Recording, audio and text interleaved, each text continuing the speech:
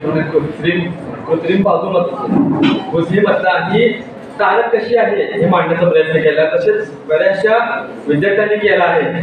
आता मी याची नकारात्मक बाजू काय हे मांडण्याचा प्रयत्न करतो, कारण ही कृत्रिम बुद्धिमत्ता संकल्पना काय आहे हे सर्व विद्यार्थ्यांनी स्पष्ट केले, त्यावर मी काही उजळणी करणार नाही. आता माझ्या मित्रांनी सांगितलं की उत्पादनात वाढ होते किंवा कामात अचूकता येते. मित्रांनो तुझं एकच योग्य आहे, पण समज टेक म्हणजे काय माहित आहे का? टेक म्हणजे तुला माहित आहे का?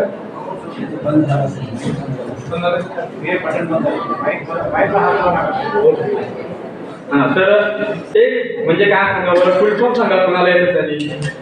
एक म्हणजे टेक्निकल, साधी गोष्ट आहे, आपण त्याला शॉर्ट टेक. आता टेक्निकल फील्ड मध्ये रोजगार भले वाढत असेल, इतर क्षेत्राचं काय तिथं मात्र रोजगार कमी होत आहे. मी माझ्या माहितीप्रमाणे 2022 नोव्हेंबर महिन्यामध्ये ChatGPT लॉन्च झाली. ChatGPT म्हणजे आपण त्याला स्वागत AI म्हणतो, तसंच बऱ्याचशा क्षेत्रात योग्य वापर होत आहे. पण सकाळ ही बातमी आली की 2022 नोव्हेंबर महिन्यामध्ये ChatGPT हे OpenAI नावाच्या कंपनीला लॉन्च केली.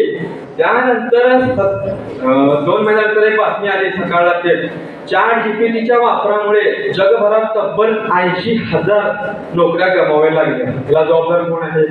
की AI ने एका क्षेत्रात नोकरीची संधी निर्माण करून दिली आहे, पण दुसऱ्या क्षेत्रामध्ये ते गमावून सुद्धा देत आहे. माझ्या मित्रांनी दुसरा मुद्दा असा मांडला होता की AI मुळे शिक्षण घेणं सुलभ होतं. मित्रांनो, तुमच्यापैकी किती जणांकडे शिक्षण घेण्यासाठी मोबाईल, लॅपटॉप अशी उपकरणं उपलब्ध आहेत? त्यांनी हात वर करा बरं. म्हणजे मला म्हणायचं काय असं आहे की काही विद्यार्थी असतात ते फार लहान शिक्षण घेत असतात, किंवा त्यांना एक म्हणजे म्हणायचं असं आहे की कृत्रिम बुद्धिमत्तेसाठी जे काही आपल्याला घटक लागणार आहेत ते प्रत्येकाला आर्थिक दृष्ट्या परवडत नाही, काही जण देऊ शकत नाही. लॉकडाऊन मध्ये एक बातमी होती, सर लोकमत झाली होती, 2 तारीख जून महिन्यात आली होती वाटतं. त्यात असं लिहिलं की एका शेतकऱ्याने आपला बैल विकून विद्यार्थ्याला मोबाईल दिला का, तर तो अभ्यास करावा या हेतून. आता बैल ज्याच्यावर शेती अवलंबून आहे त्याशिवाय तो काम करू शकत नाही, त्याने शिक्षणासाठी तो विकला, आपल्याला हे माहिती आहे. पण विद्यार्थी मोबाईलचे दोन्ही बाजू आहेत, तुम्ही कसं वापरता, तुम्ही आपल्या वापरला नक्कीच चांगला आहे, किंवा त्या इतर गोष्टी आहेत तुम्हाला परवडण्यासाठी.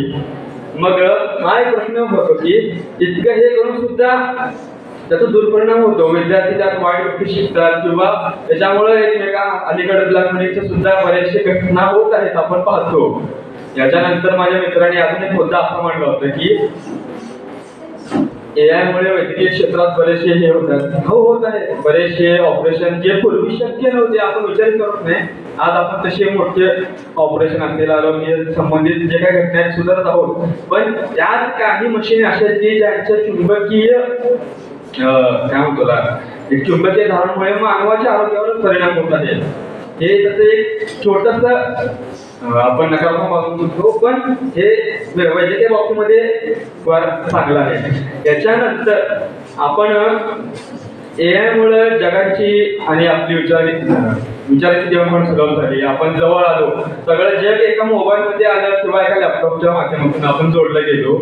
पण भारतासारख्या देशात AI ने जोडल्यामुळे कुठे ना कुठे आपण आपल्या संस्कृतीपासून चाललो आहोत. आपण आपल्याला आठवत नसतो, आपण एवढा असतो की एखाद्या पाश्चात्य देशाचं जे काही त्यांच्याकडचं कल्चर असेल ते आपण व्हिडिओच्या माध्यमातून पाहतो, रीलच्या माध्यमातून पाहतो, किंवा इतर काही आपण ते पाहतो, ऐकतो. मग ते नैतिक आहे का नैतिक आहे याचा विचार करता आपण आकर्षित होतो. मग हे सुद्धा आपल्याला वाईट गोष्टी शिकवण्याची सुद्धा AI असते. आणि दुसरी गोष्ट मी असं म्हणेन की आता सगळ्यांनी म्हटलं की योग्य प्रमाणात वापर हे नेहमीच आयुर्वेद किंवा अमृत म्हणावं लागेल, पण आधी गेल्याने तर माती होतच असते, हे तर गोष्टी आहेत. शिवाय AI मुळे तर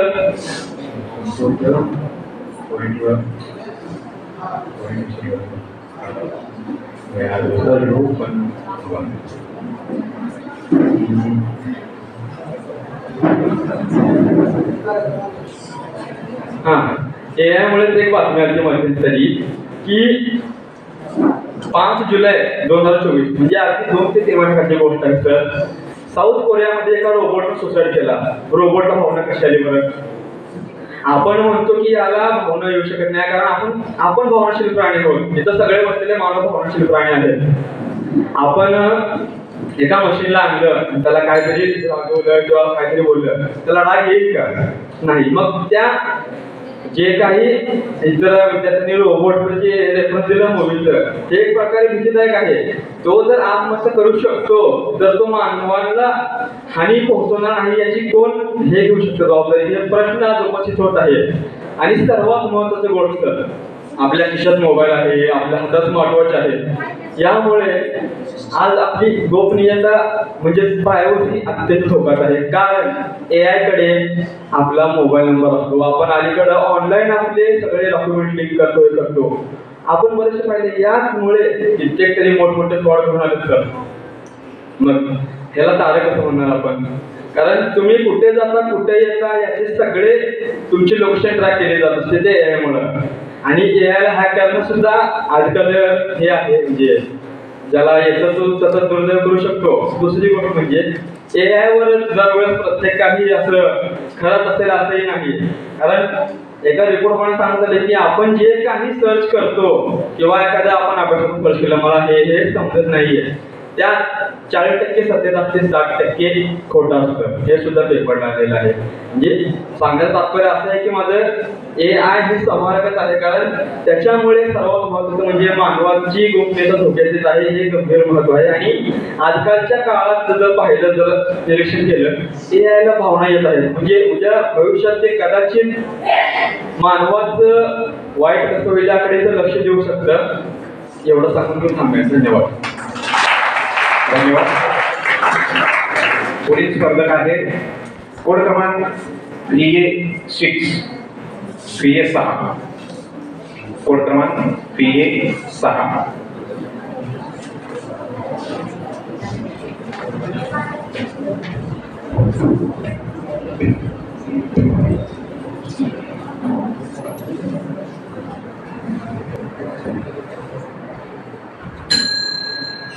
आज भारताला जर पूर्ण जगाच्या पाठीवरती आणि भारताला या स्पर्धेमध्ये टिकून राहायचं असेल तर मी कोड क्रमांक 6 या व्यासपीठावरती कृत्रिम बुद्धिमत्ता हा मानवासाठी तारक आहे हा विषय तुमच्यासाठी घेऊन येत आहे. आता कृत्रिम बुद्धिमत्ता तारक आहे यावरती मी तुम्हाला बोलू इच्छिते. आज काय चाललंय जगामध्ये? आज मी इथे बसून जगात काय सुरू आहे ते क्षणार्धात माहिती काढू शकते. इथे बसून मी अंतराळातली माहिती काढू शकते. ते कशामुळे शक्य आहे? ते कशामुळे शक्य आहे? ते AI मुळे शक्य आहे. आज माझ्याजवळ मोबाईल आहे, मी इथे बसून अख्ख्या जगाची माहिती पाहू शकते मित्र हो. आणि इथे बसून मी अभ्यासही करू शकते. आणि तुम्हाला मी सांगू इच्छिते, AI चा वापर करून शिक्षण पद्धतीमध्ये, प्रशिक्षणामध्ये इतके फायदे आहेत. आता कित्येक अवघड असे आपल्यासाठी स्पर्धा परीक्षा आलेल्या आहेत, जसे करून नीट आहे, JEE आहे, आणि भारतातली सगळ्यात अवघडची परीक्षा आहे मित्र, जसं की UPSC चा अभ्यास आज AI द्वारे आपल्याला किती सोपा झालेला आहे. आज तुम्ही YouTube वरती एखाद्या पाठाचं नाव टाका, पहिली असेल किंवा हे असले अवघड असलेली जी परीक्षा असेल तर या परीक्षेचं क्षणार्धात आपल्याला उत्तर मिळू शकतं. या परीक्षेचा आपण इतक्या चांगल्या पद्धतीने उपयोग करू शकतो आपली या परीक्षा क्रॅक करण्यासाठी. आज अख्खं भारत या सगळ्या प्रणालीचा उपयोग करून ही परीक्षा क्रॅक करत आहे, त्यांचं प्रशिक्षण घेत आहे. आणि तुम्हाला मी सांगू इच्छिते, या कोरोना काळामध्ये सगळ्यात जास्त मदत आपल्याला AI नेच केली आहे. या कोरोना काळामध्ये कुणीच बाहेर निघू शकत नव्हते मित्रांनो, सगळे घरात होते. या कोरोनाच्या पिरियड मध्ये जे मोबाईलने आपल्याला मदत केली आहे ना, ते सगळं AI ची देण आहे आपल्यासाठी. आणि या प्रशिक्षणासाठी AI चे आभार मानावे लागतील. AI सारखं अस्त्र आपल्याला प्राप्त झालं आहे आणि याचा आपण परिपूर्ण उपयोग केला पाहिजे. प्रशिक्षणामध्ये जे आपण मी सांगत आहे तुम्हाला, वेगवेगळे ऍप्स निघाले आहेत, वेगवेगळे जे आपल्यासाठी इंटरनेट वरती सगळा डाटा अवेलेबल आहे. आणि ते मी इथे घरात बसून करू शकते. ते कशामुळे? ते AI ने मला सगळं पुरवलं आहे. कशासाठी? ते माझ्या सेल्फ इम्प्रूव्हमेंट साठी. आणि ते सेल्फ इम्प्रूव्हमेंट मी कशाने करू शकते? आणि त्यासाठी मी फक्त AI चा उपयोग करेन. आणि मी सगळा अभ्यास मी माझा AI वरूनच करते, मी तुम्हाला सांगू इच्छिते. आणि AI च्या उपयोगानं आज मी वेगवेगळ्या स्पर्धा परीक्षेचा सुद्धा मात करू शकते. आणि तुम्ही असं म्हणता की शेतीमध्ये AI चा काय उपयोग आहे? तर शेतीमध्ये जर AI चा उपयोग केला ना मित्रांनो, तर शेतकरी हा प्रगतशील शेतकरी आणखीन होऊ शकेल. आणि तो एक स्मार्ट शेतकरी सुद्धा बनू शकेल. कारण एआयचा उपयोग जर केला तर शेतकऱ्यांना इतका फायदा आहे की तो त्याचं जे उत्पादन आहे ते दुप्पट तिप्पट करू शकतो मित्रहो. आणि या दुप्पट तिप्पट उत्पादन करणाऱ्या शेतकऱ्याला याचा कसा फायदा आहे तर तुम्ही बघू शकता. तर या सगळ्या एआयच्या प्रणालीने तयार केलेल्या ज्या मशिनरी आहेत जे शेतकरी यूज करतो तर ते फक्त एआयने तयार केलेलं आहे. आणि आपण म्हणतो की एआय काही करू शकत नाही, एआय बद्दल सगळ्या निगेटिव्ह थॉट्स आपण घेतो. तर एआय आपल्यासाठी इतकं उपयुक्त आहे. शेतकरी हा कधीच आपल्यासाठी आत्महत्या करणार नाही, कारण त्याला एआय इतकी मदत पुरवेल आणि एआय मुळे तो इतकं उत्पन्न घेईल की त्याला कधी अशी परिस्थिती जाणवणारच नाही की आपण आत्महत्या करावी. कारण एआयचा उपयोग करून तो असं वातावरण कसं आहे किंवा कधी पाऊस पडेल याचा अंदाज क्षणार्धात काढू शकतो. आणि या क्षणार्धात काढलेल्या माहितीवरून मी तुम्हाला सांगू इच्छिते शेतामध्ये पाणी कधी द्यायचं किंवा पेरणी कधी करायची, कशी पेरणी करायची. आणि एक ड्रोन जे एआयने बनवलेले आहे त्या ड्रोनच्या माध्यमातून शेतकरी इथे बसून पूर्ण ड्रोन अख्ख्या शेतात फिरून तो पाहू शकतो आपल्या शेताची हालचाल काय सुरू आहे, आपल्या शेतात पीक कसं आलंय ते ड्रोन मार्फत तो बघू शकतो. ड्रोन मार्फत तो इथं बसून अख्ख्या पूर्ण शेतातलं पाहू शकतो तो आणि काढू शकतो निष्कर्ष की आपल्याला अजून कुठे किती मदत करावी लागेल, आपले किती एफर्ट्स लावावे लागतील. तर एआयचा उपयोग शेतीतच झाला, आपत्ती व्यवस्थापन असेल, याच पद्धतीत एआय ड्रोनचा वापर करूनही गमावलेल्या मानवांना हुडकून काढू शकतो आणि त्यांचा बचाव कार्य सुद्धा करू शकतो. त्याचबरोबर आता तुम्ही म्हणू शकता की नासा असेल, इस्रो असेल, हे भारतात इस्रो सारखी इंडियन स्पेस रिसर्च ऑर्गनायझेशन भारतात बसून मंगळावर कसं जाऊ शकते हो? मला सांगा, तुम्ही भारतात बसून ते पूर्ण अंतराळाची माहिती कशी काढू शकते? तुम्ही सांगा. एआय मार्फत ते नासा असेल, इस्रो असेल, सगळे एआयचा वापर करूनच सगळे अंतराळात जाऊ शकतात, त्याची माहिती घेऊ शकतात. मित्र हो, आज मी तुम्हाला सांगते एआय सारखं हे जे ब्रह्मास्त्र आपल्याला सापडलंय ना त्याचा कसून उपयोग करा आणि त्या उपयोगाचा भारताला इतका फायदा होणार आहे. भारतासारखा देश या पूर्ण जगात नाहीये, मी तुम्हाला सांगत आहे. जगात या पूर्ण पृथ्वीवरती भारतासारखा देश नाहीच आहे, कारण भारतासारखा मानव या पूर्ण जगातच नाहीये. कारण भारत हा मानवामध्ये माणुसकीमध्ये जपणूक केलेला आहे ना तसं पूर्ण जगात नाहीये. आणि जर ह्या अशा माणसांना एआय सारखी शक्ती जर लागली ना तर विचार करा मित्र हो, आपला देश कुठे जाईल. आणि याच आपल्या शक्तीचा एकदम पुरेपूर वापर केला पाहिजे आणि आपल्याला आपल्या पूर्ण जगात भारताचं नाव उंच केलं पाहिजे. आणि मित्र हो, मी तुम्हाला सांगू इच्छिते असला ब्रह्मास्त्र आपण गमवायला नको, असल्या ब्रह्मास्त्राचा आपण पुरेपूर वापर केला पाहिजे. आजची आपली नवीन जी पिढी आहे ना ते या एआय मार्फतच घडणारी आहे. आणि मी भविष्यात तुम्हाला सांगू इच्छिते मित्र हो, ही एआय प्रणालीचा वापर करून निश्चितच आपला भारत देश हा जगात प्रगतशील देश बनू शकेल. आणि आपण त्या सगळ्याचा लाभ घ्यावा हे मी सगळ्यांना बजावून सांगते. आणि मी हेच ठामपणे सांगेन की कृत्रिम बुद्धिमत्ता ही मानवासाठी साधकच आहे आणि ही भविष्यात आपल्यासाठी खूप उपयुक्त आहे. धन्यवाद.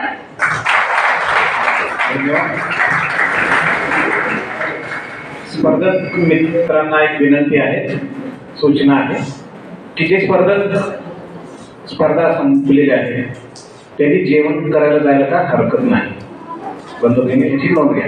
विश्वसागरात ज्या माणसाच्या मुठभर माणुसकीवर आपण दडधरून जिवंत आहोत त्या माणुसकीला सलाम करत माझ्या विचारांना सुरुवात करतो. याच व्यासपीठावर मी विषय मांडत आहे कृत्रिम बुद्धिमत्ता मानवासाठी संहारक आहे. कृत्रिम बुद्धिमत्ता मानवासाठी संहारक आहे हा विषय मांडत असताना मला आज या व्यासपीठावर आठवतात, मानवा तू गुलाम नाहीस, मानवा तू गुलाम नाहीस, तू या वास्तव जगाचा निर्माता आहे असं ठणकावून सांगणारे लोकशाहीर साहित्यरत्न अण्णाभाऊ साठे या वास्तव जगाच्या निर्मात्याला आज या कृत्रिम बुद्धिमत्तेच्या काळामध्ये बेरोजगारीचं ओझं आपल्या खांद्यावरती घेऊन आपले जीवन जगायला भाग पडत आहे. ही कृत्रिम बुद्धिमत्ता वेळोवेळी या वास्तव जगाच्या निर्मात्याची रोजगार हिसकावून घेत आहे.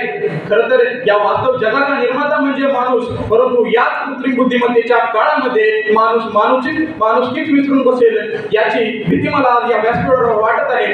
खरं तर जगाला शांतीचा संदेश देणाऱ्या तथागत गौतम बुद्धांचा देश म्हणजे भारत देश, कृषी प्रधान असणारा देश म्हणजे भारत देश, माणसातली माणुसकी जपणारा देश म्हणजे भारत देश. हे जितकं खरं आहे, हे जितकं ऐकायला बरं वाटतं, तितकंच मी त्या देशात राहतो जिथे दोन वेगवेगळ्या माणसांसमोर दोन वेगवेगळे आव्हानं आहेत. जिथे रात्री झोपताना एका माणसाला चंद्राकडे पाहिल्यानंतर त्याला त्याच्या प्रेयसीची आठवण येते आणि दुसऱ्या माणसाला रात्री झोपताना त्या चंद्राकडे पाहिल्यानंतर भाकरीची आठवण येते. त्याला वाटतं अशीच असते ना भाकर.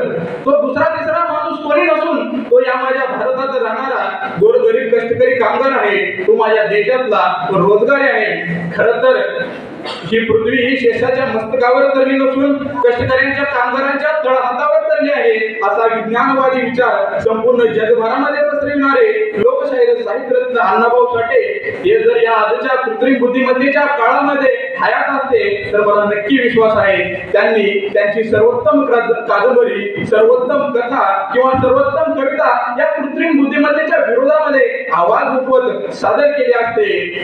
गुलामगिरीच्या या चिखलात का रुतन बसला सायरावत, अंग झाडून निघ बाहेर गे भीमीवरती घाव, जग बदल घालून घावं, मज सांगून गेले भीमराव. खर तर कामगारांच्या जीवनाचं सोनं करणारे महामानव विश्वरत्न डॉक्टर बाबासाहेब आंबेडकर गुलामाला गुलामीची जाणीव करून द्या म्हणजे तो बंड करून उठेल. तुम्हाला आम्हाला गुलामीची जाणीव करून देणारे विश्वरत्न डॉक्टर बाबासाहेब आंबेडकरांनी त्यावेळेस अज्ञानाच्या अंधकारात खितपत पडलेल्या आणि 18-20 दारिद्र्यवाशी बाळगून वर्णव्यवस्थेच्या चौकटीमध्ये अडकून पडलेल्या गोरगरीब कष्टकरी कामगारांना न्याय व हक्कापासून वंचित असलेल्या अशा गोरगरीब कष्टकरी कामगारांना न्याय आणि हक्क मिळवून दिला. कष्ट करून जीवन कसं जगायचं हे त्यांनी त्या काळात शिकवलं.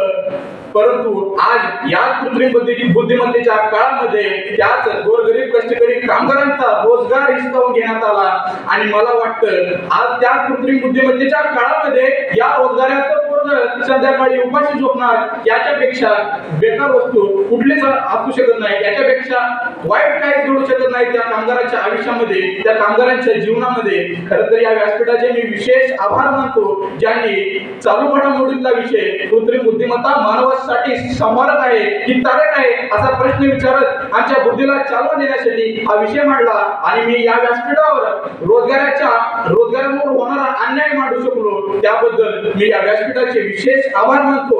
आणि या कृत्रिम बुद्धिमत्तेचं साधं उदाहरण म्हणजे आपल्या हातात असणारा मोबाईल.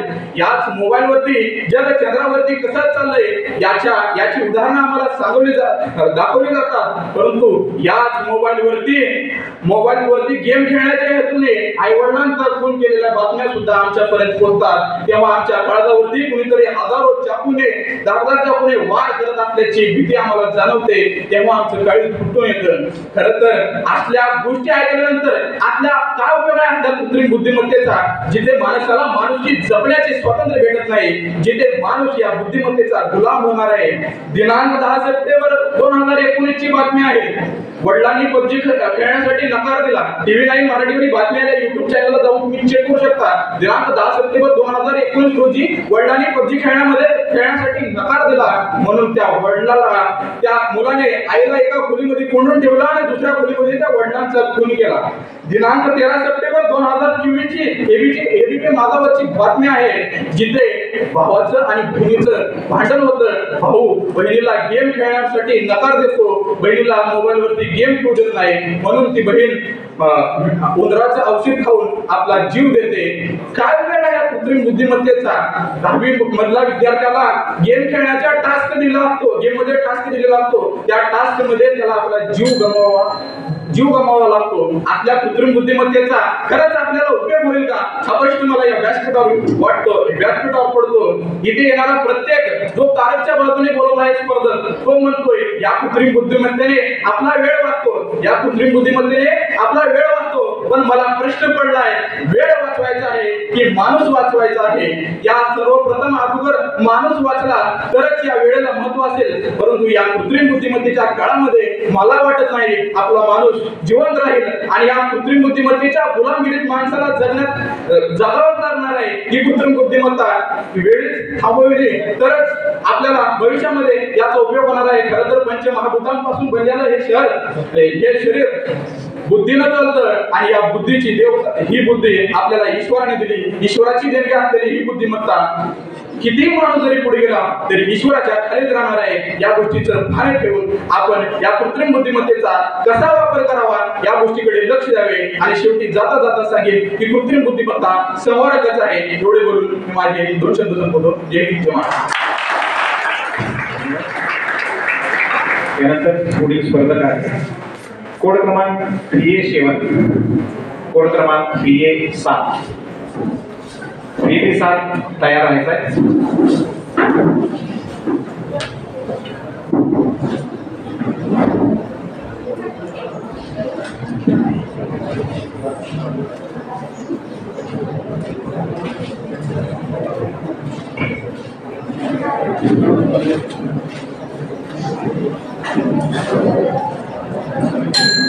सर्वांना मनपूर्वक नमस्कार. मी सांकेतिक क्रमांक BA7 चा विद्यार्थी आपल्यासमोर विषय मांडत आहे. मानवासाठी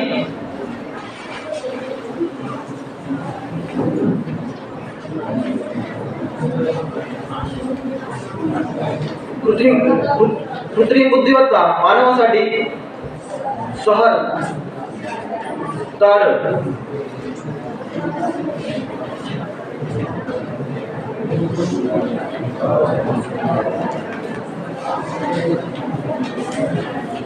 आपल्या समोर विषय मांडला आहे कृत्रिम बुद्धिमत्ता मानवासाठी तर 350 किलोमीटर वरूनचा प्रवास होता. बस बंद असताना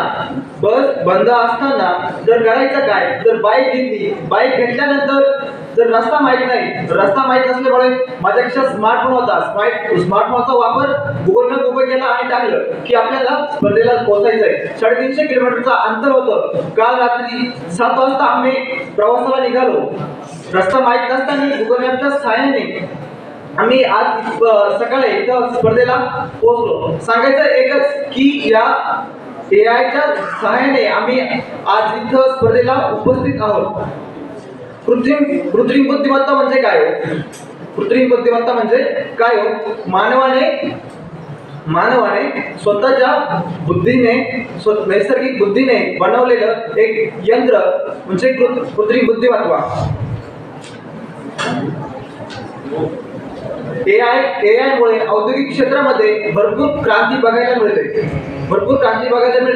बघायला गेलं तर ज्या ठिकाणी 50 माणसांचं काम एक यंत्र करू शकते आणि त्याच्यामधून उत्पादक क्षमता देखील वाढते. त्यामधून जे औद्योगिक क्षेत्र आहे, ज्या कंपन्या आहेत त्यांना देखील फायदा होत आहे.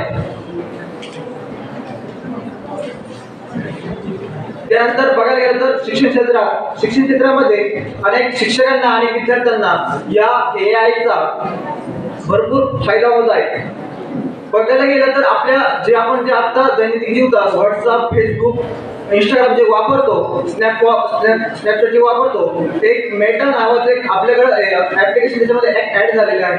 त्यामध्ये आपण जे पण आपल्याला काही माहिती लागते, एखादा क्वेश्चन असला तर आपण त्याला विचारू शकतो आणि त्याचं उत्तर आपल्याला लगेच मिळतं. त्यानंतर बघायला गेलं तर बरेच माझे जे मित्र जे बोलले की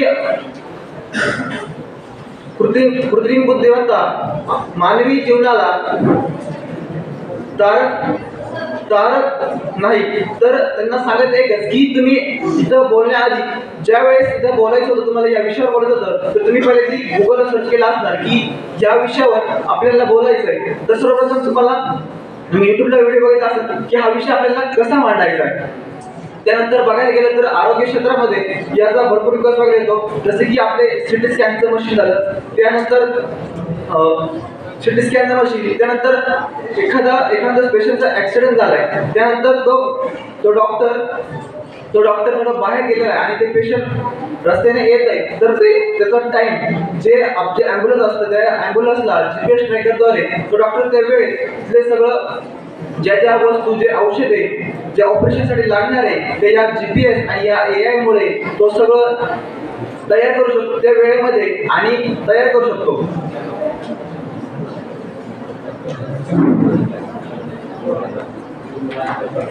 त्यानंतर बघायला गेलं तर की जुन्या काळामध्ये शेतकरी बैलांचा वापर शेती करण्यासाठी करत होता. तर एका मुख्य जनावराला इतकी शेती आणि शेती करायला जास्त शेती करायला काही शेती जास्त उत्पन्न घेता येत नव्हतं. त्यामुळे आधुनिक तंत्रज्ञानाचा वापर, AI चा वापर, रोबोट, त्यानंतर ट्रॅक्टर यांचा वापर करून उत्पन्नात वाढ आणि सर्व शेती बागायती म्हणून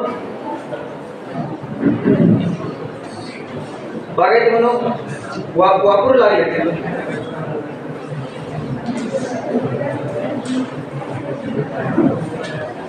औद्योगिक क्षेत्रामध्ये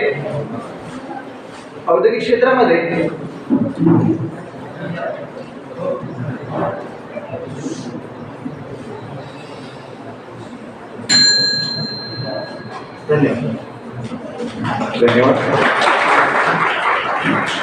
त्यानंतर स्पर्धक आहे कोड क्रमांक VB7. कोड क्रमांक VB7 नंबर.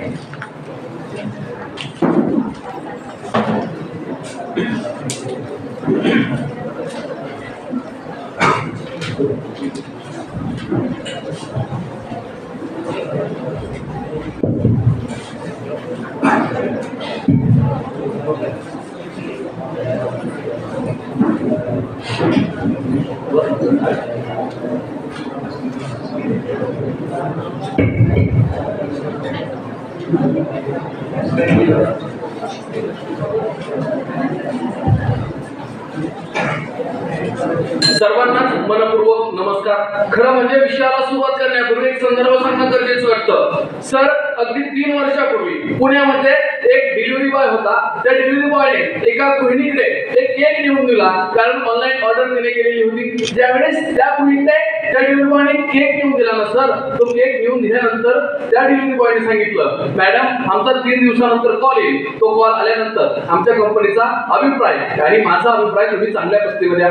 त्यावेळेस 3 दिवसानंतर त्या तरुणाचा कॉल येतो. ती गृहिणी कॉल उचलते.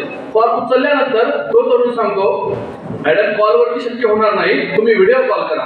ज्यावेळेस ती गृहिणी व्हिडिओ कॉल उचलते. व्हिडिओ कॉल उचलत असताना ज्यावेळेस पुन्हा एकदा दुसरा दिवस उजळतो ना, त्यावेळेस त्याच गृहिणीच्या व्हॉट्सअपवरती एक छोटासा व्हिडिओ येतो. आणि सर, तो छोटासा व्हिडिओ पाहिल्यानंतर लक्षात येतं आणि ती गृहिणी घाबरून जाते, कारण तिचा अश्लील व्हिडिओ तयार केलेला असतो. आणि तोच अश्लील व्हिडिओ तयार करत असताना फक्त आणि फक्त AI चा वापर केला जातो. मग हा AI चा वापर करत असताना 1, 2, 3 अशा 75 घटना घडल्या आणि 76वी घटना उदयास आली. 76वी गृहिणी ज्यावेळेस पोलीस स्टेशन मध्ये गेली ना, त्यावेळेस आरोपींना पकडल्यानंतर ह्या पहिल्या 75 घटना उदयास आल्या. म्हणजे आपल्याला AI मुळे या गृहिणींचा, या आपल्या महिलांचं काय त्रास होतोय हा आपल्याला लक्षात येत असेल. म्हणूनच मी कोड क्रमांक VB7 आपणा समोर प्रस्तुत विषय सादर करतोय, कृत्रिम बुद्धिमत्ता तारक की संवाहक. सर, कृत्रिम बुद्धिमत्ता ही मानवाला नक्कीच सहारक आहे. सर्वात सहारक तरी नेमकी कशी? कारण सहारक म्हणजे मानवाला त्रासदायक झालेली आहे. जर आपण कित्येक गोष्टी घेतल्या, कित्येक घटना घेतल्या, अगदी छोट्या म्हणजे ज्यावेळेस आपण सकाळी उठल्यापासून ते रात्री झोपेपर्यंत अनेक गोष्टींचा फायदा घेत असतो. सर, त्या गोष्टी उपभोगत असताना जी टेक्नॉलॉजी आपण वापरत असतो, ज्यावेळेस आपण इंस्टाग्रामवरती, फेसबुकवरती एखादा व्हिडिओ पाहत असतो, तो जर चांगला व्हिडिओ असेल सर दिवसभरात पुन्हा आपल्याला चांगलेच व्हिडिओ येत असतो.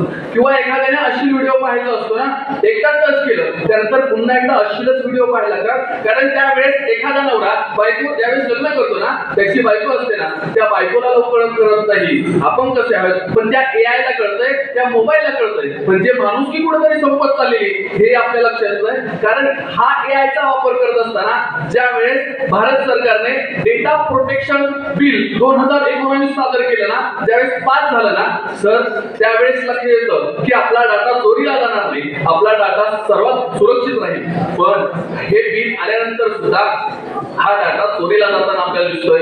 मग ज्यावेळेस इन्फॉर्मेशन टेक्नॉलॉजी ऍक्ट 2000 आपण बघत असतो ना सर, तो सुद्धा सरकारमार्फत कमी पडतोय काय असं मला वाटतं. कारण ज्यावेळेस जर इन्फॉर्मेशन टेक्नॉलॉजी ऍक्ट जर चांगल्या प्रकारे सरकारने जर केला असता ना, म्हणजेच आपल्या AIच्या माध्यमातून या तरुणांना, या देशातल्या नागरिकांना कोणत्याही प्रकारचा धोका निर्माण झाला नसता. म्हणजे यामध्ये कुठेतरी सरकार सुद्धा कारणीभूत आहे असं मला वाटतं. पण सर, आताच माझी एक स्पर्धक मैत्रीण म्हणून गेली. ज्यावेळेस तिने विषयाला सुरुवात केली होती ना सर, त्यावेळेस तिने सांगितलं कृत्रिम बुद्धिमत्ता, तारक की मारक. विषय तर संवारक आहे, मग मारक म्हणण्याची गोष्ट येत नाही. आणि ज्यावेळेस तिचं पूर्ण ऐकल्यानंतर एकच लक्ष झालं, कारण तिची स्क्रिप्ट पूर्णपणे ऑनलाईनची होती. म्हणजे ज्यावेळेस आपला जो मेंदू आहे ना सर, तोच काही दिवसानंतर AI होऊन जाईल की कळणार नाही. कारण ज्यावेळेस रोबोट आतापर्यंत आपल्या इशाऱ्यावरती चालतोय, काही दिवसानंतर त्याच रोबोटच्या इशाऱ्यावरती हा माणूस चालेल, एवढं मात्र नक्की. मग ज्यावेळेस तो रोबोट जर आपल्या इशाऱ्यावरती आता चालून माणूस जर त्याच्या इशाऱ्यावर जर चालत असेल, तर इतका आपला जगून तरी उपयोग काय सर.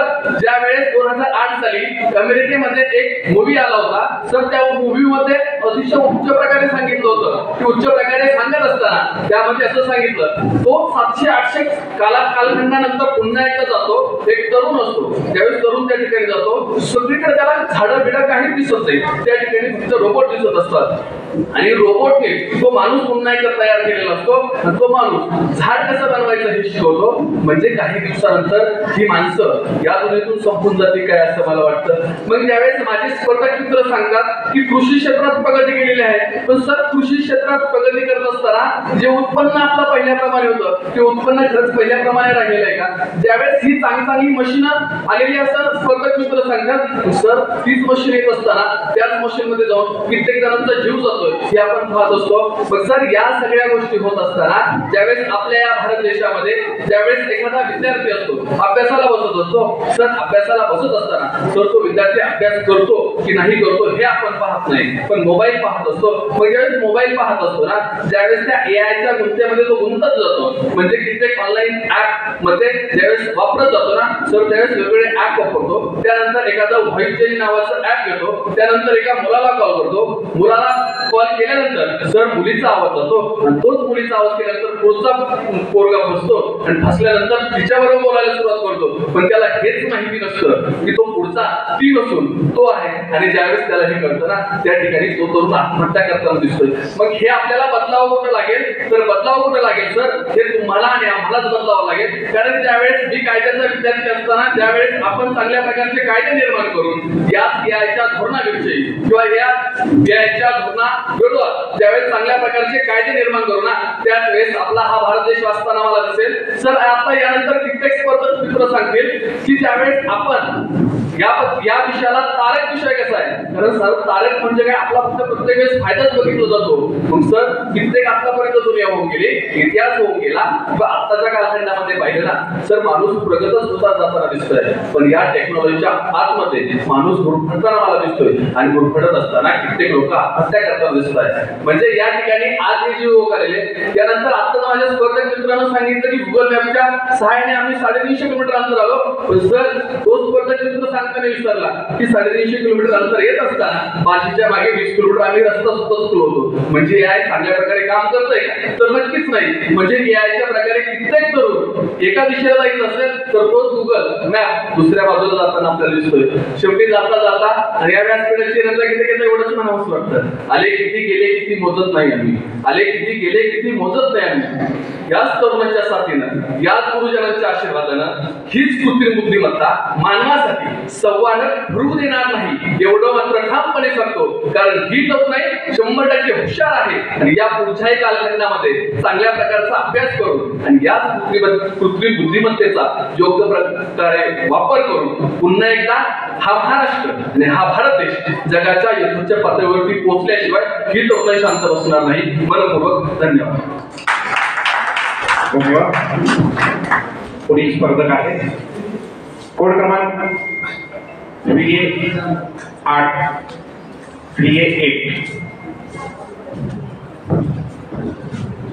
3B8 नंबर तयार आहे.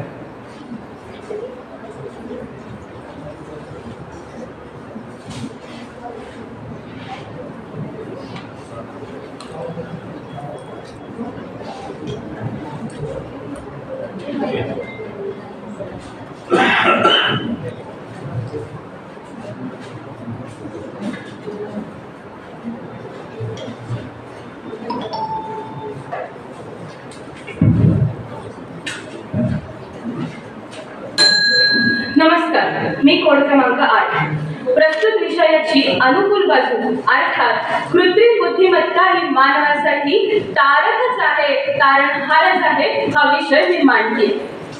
माध्यम तज्ञ मार्शल मॅकलुहन म्हणतात, तंत्रज्ञानाला पहिल्यांदा आपण घडवतो, नंतर तंत्रज्ञान आपल्याला घडवते.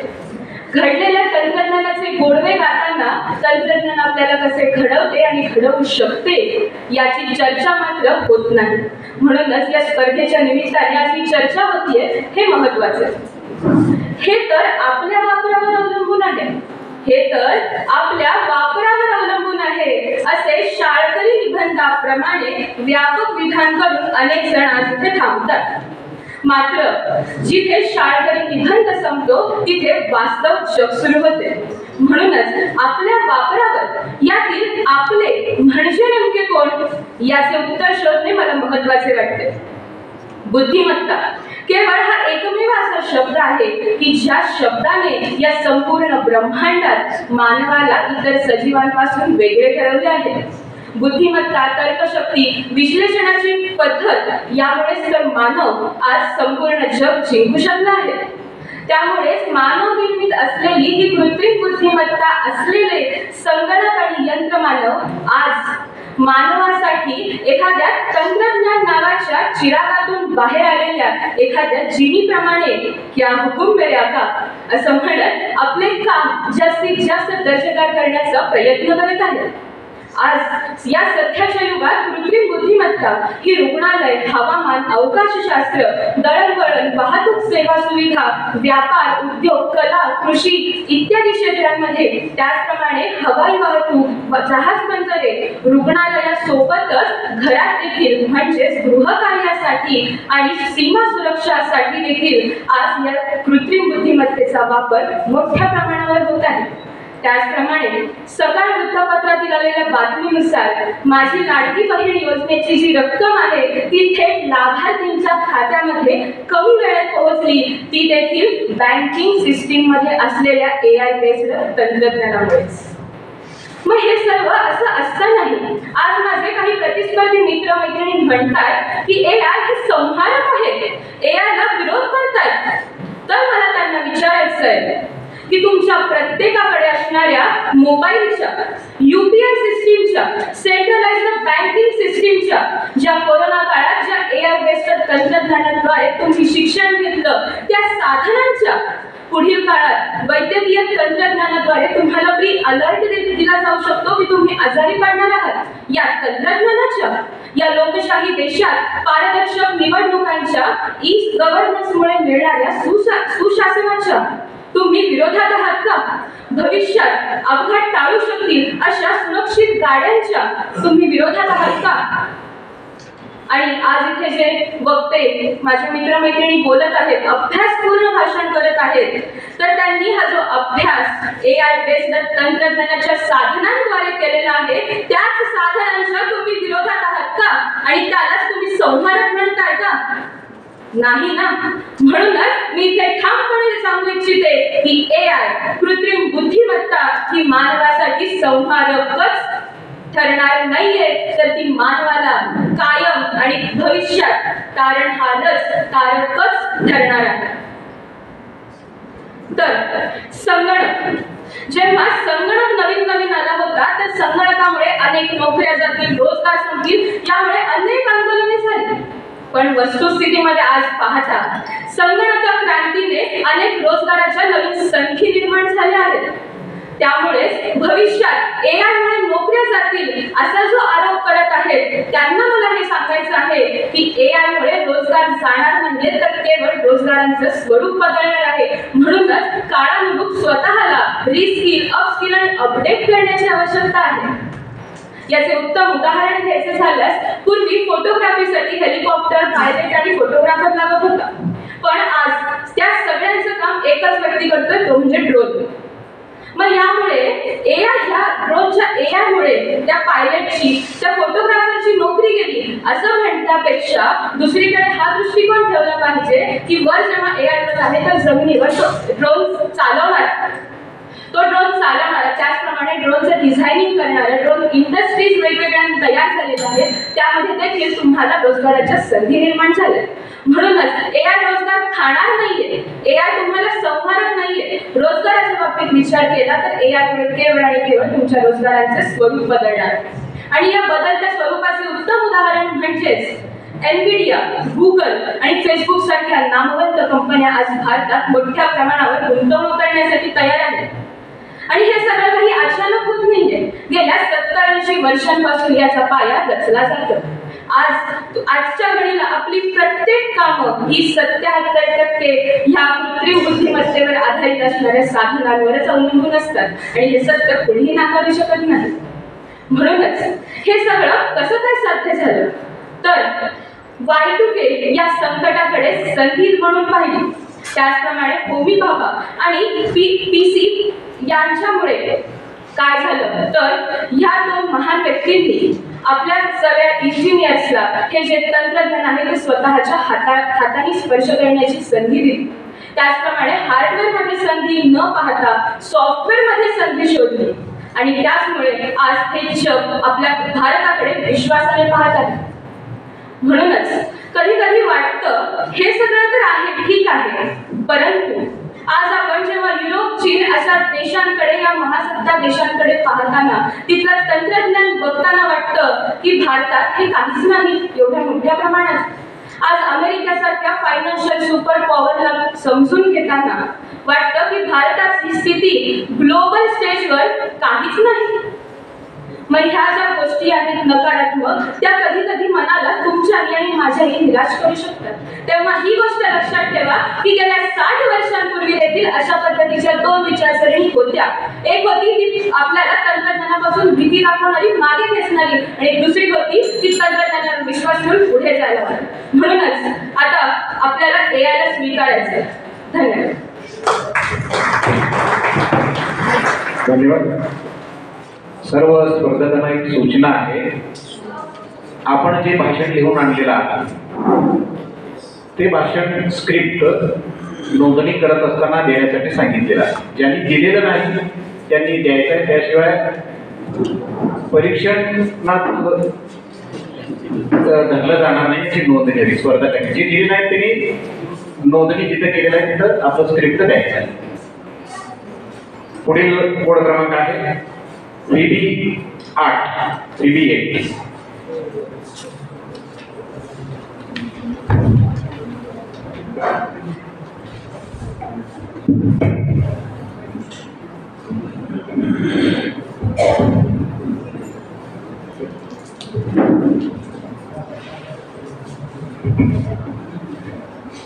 हॅलो.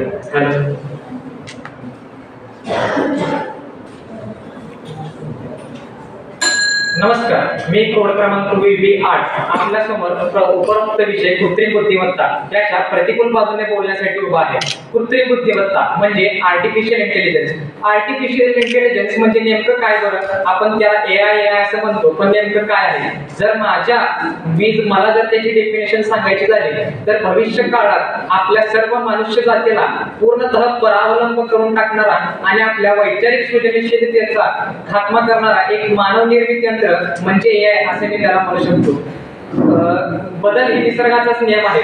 जे बदल घडतील ते शिकून आपल्याला पुढे जाणे वगैरे सगळं आपल्याला मान्य आहे. पण साधं उदाहरण सांगतो. आपल्याला स्मार्टफोनच्या आधी लँडलाईन फोन असत होते, तेव्हा त्यांचे फोन नंबर जे आहेत ते त्यात फिट करता येत नव्हते. तर तेव्हा आपल्याला असंख्य असे फोन नंबर सहजरित्या पाठवत असते, सहजरित्या लक्षात राहत असं होते. जेव्हापासून स्मार्टफोन किंवा अन्य फोन आले तर आपल्याला सहज आपल्या जवळच्या लोकांचा सुद्धा नंबर लक्षात ठेवणं अवघड जातं.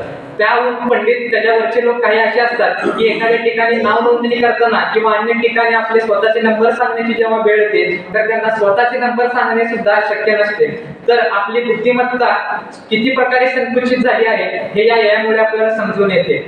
त्यानंतर शैक्षणिक विभागात जर आपण बघायचे झाले तर विद्यार्थी पुढील काही काळात शिक्षक नाहीसे होऊन फक्त रोबोट हे विद्यार्थ्यांना शिकवण्यासाठी येतील. पण प्रत्येक विद्यार्थ्याची बुद्धिमत्ता ही वेगवेगळी असते. प्रत्येक विद्यार्थ्याला वेगवेगळ्या प्रकारे समजून सांगावे लागते आणि ते शिक्षक सोडून बाकी कोणताही रोबोट करू शकत नाही असे मला वाटते. प्रत्येक विद्यार्थ्याला समजून सांगून त्याच्याकडून जर येत नसेल तर एकदा दोनदा सांगून त्याच्याकडून सर्व करून घेणे हे फक्त शिक्षकांना जमते. त्या उपरी जाऊन काही विद्यार्थी हे गरीब घरातले असतात किंवा त्यांचे वडील वगैरे नसतात, तर ते मानसिकदृष्ट्या खचलेले असतात. तर त्यांचं मनोबल वाढवणे आणि त्यांना इमोशनल पाठिंबा देणे, त्यांना मनोबल वाढवणे, तर हे सर्व काम AI खरंच करू शकेल का, असं मला मोठा प्रश्नचिन्हच आहे. त्यानंतर शाळेमध्ये शिक्षकांचे काम हे फक्त पाठ्यपुस्तक शिकवणे नसते, त्याचबरोबर त्याला नैतिक मूल्य शिकवून एक सुजाण नागरिक बनवण्याचे काम हे शिक्षकांचे असते. त्या सर्व गोष्टी तुमचा हा मानव यंत्र करू शकेल का, असा मला प्रश्न पडतो. त्यानंतर आरोग्य विभागातही या AI जोर धरला आहे असे ऐकण्यात येते. समजा एखाद्या गर्भधारणेच्या प्रसूती वेळेस काही ना काही इमर्जन्सी अडचणी येतच असतात. तुमचा मानव यंत्र 100% त्याचा देईल, पण त्या प्रतिकूल परिस्थितीमध्ये त्या गरोदर बाईला धीर देणे हे त्या यायला जमेल का, मानसिक पाठबळ त्या बाईला देणे हे जमेल का. कारण वेळोवेळी आपण पाहत आहोत की प्रतिकूल परिस्थितीमध्ये धीर दिल्याने प्रत्येक मानवाची प्रतिकारशक्ती ही वाढते. हे झालं मोठं उदाहरण. साधा आपल्या फॅमिली डॉक्टरचं उदाहरण आपण बघू शकतो. जेव्हा आपल्याला सर्दी खोकला ताप झालेला असतो तेव्हा आपण आपल्या डॉक्टरांकडे जातो आणि त्यांचे जे 2 शब्द असतात, काही नाही व्हायरल इन्फेक्शन आहे, एवढा 3 दिवसाचा कोर्स करा बरं होईल, हे वाक्य ऐकूनच आपला निम्मा आजार तिथंच बरा होतो. आपल्याला गोळ्या औषधांचा प्रवाह नंतर पडतो. हे सर्व तुमचा रोग करू शकेल का, असा हा प्रश्न मला पडतो. त्यानंतर अनेक अशा सपोज आपण टेस्ला कार घेऊ शकतो, तर त्या आधुनिक वाहन आले, त्याला ड्रायव्हर लागत नाही, अमक्या अशा भरपूर गोष्टी आहेत. पण त्यामध्ये आपण जेवढं प्रोग्राम फिट केला आहे त्याच्या पलीकडे जाऊन तो एकही काम करणार नाही. अचानक अशी परिस्थिती उद्भवली की ते प्रोग्राम पण त्यामध्ये फिट केलेलंच नाही, तर त्या प्रसंगावधान साधून जे निर्णय घेण्याची क्षमता मानवामध्ये असते ते तुमच्या या रोबोटमध्ये असेल का, हे हा मोठा प्रश्नचिन्हच आहे. त्यानंतर ह्या AI कोणतेही तंत्रज्ञान हा चांगला उद्देश ठेवून चांगले काम त्यातून व्हावे हा उद्देश ठेवूनच बनवला जातो. पण इतिहास असा आहे की असे तंत्रज्ञान जेव्हा बनलेले आहेत तर त्याचा दुरुपयोग हा सर्वात जास्त प्रमाणात केला जातो. त्याचे आपण डेट फेक किंवा विविध माहिती इन्फ्लुएन्स करून वेगवेगळ्या सोशल मीडियामध्ये टाकून समाजामध्ये अशांतता निर्माण करण्याचेही काही काळजी आपल्याकडे काम करतात. तर त्याच्यामध्ये समाजात पसरणारी अशांतता आणि त्याच्यापासून होणारे लोकांचे नुकसान ह्या सर्व गोष्टी पण आपण विचारात घेतल्या पाहिजे. AI वाईट आहे असं कोणतीही गोष्ट पूर्णपणे वाईट किंवा पूर्णपणे चांगली अशी नसते. AI ही चांगली आहे हे मान्य करावेच लागेल सगळ्यांना, पण कोणत्याही गोष्टीचा अतिरेक आपण टाळला पाहिजे. ज्या ठिकाणी मानव पोहोचू शकत नाही, ज्या ठिकाणी मानवाची क्षमता संपते अशा ठिकाणीच याचा वापर केला पाहिजे. त्यानंतर नोकऱ्यांबद्दलही खूप जण बोलले की नोकऱ्या मिळणार नाहीत अशा तसे, तर रिपीटेड वर्क जे आहेत ज्याला आपण तोचपणाच्या कामांमध्ये आहे तो तर ते नोकऱ्या तर जाणारच आहेत. कारण AI एवढं फास्ट आहे की 100 लोकांचं काम एकटा करेल. पण फोटोशॉप, ग्राफिक डिझायनिंग यासारखे क्रिएटिव्ह जे वर्क आहेत ते सुद्धा आता लोकांना गमवावे लागणार आहेत. तर सगळे म्हणतात की त्याला वापरणारा किंवा AI ला कंट्रोल करणारा आपल्याला मानव लागेलच, त्यासाठी आपल्याला रोजगार मिळू शकतो. पण संगणकीय साक्षरता अहवालानुसार भारतातील 60% लोकांना संगणकाचे बेसिक ज्ञान नाहीये. तर त्या लोकांसाठी ही नोकरी उपलब्ध होईल का? आणि आपल्याकडे 140 कोटीच्या वर लोकसंख्या आहे. पाश्चिमात्य देशांमध्ये लोकसंख्या नाही, त्यांना तेवढा संख्याबळ मिळत नाही काम करण्यासाठी, तर त्यांच्यासाठी हा जास्त उपयोग करू शकतो. आपल्याकडे हा तेवढा उपयोगी ठरणार नाही भारतात असे मला वाटते. आणि शेवटी एवढंच सांगेन की कोणत्याही गोष्टीचा अतिरेक टाळावा. आपल्याला व्यायाम करावे असे सांगितले जाते, पण आपण जर 24 तास व्यायामच करत राहिलो तर त्याचा नक्कीच आपल्याला दुरुपयोग होणार आहे. तर आपण AI हे आहे जे प्रमाणात आहे, जिथे माणसाची क्षमता संपते त्याच ठिकाणी वापरावे अशी मी बोलून माझी 2 शब्द संपतो. धन्यवाद. पुढचा स्पर्धक आहे कोड क्रमांक 3A9 3B9 तयार आहे.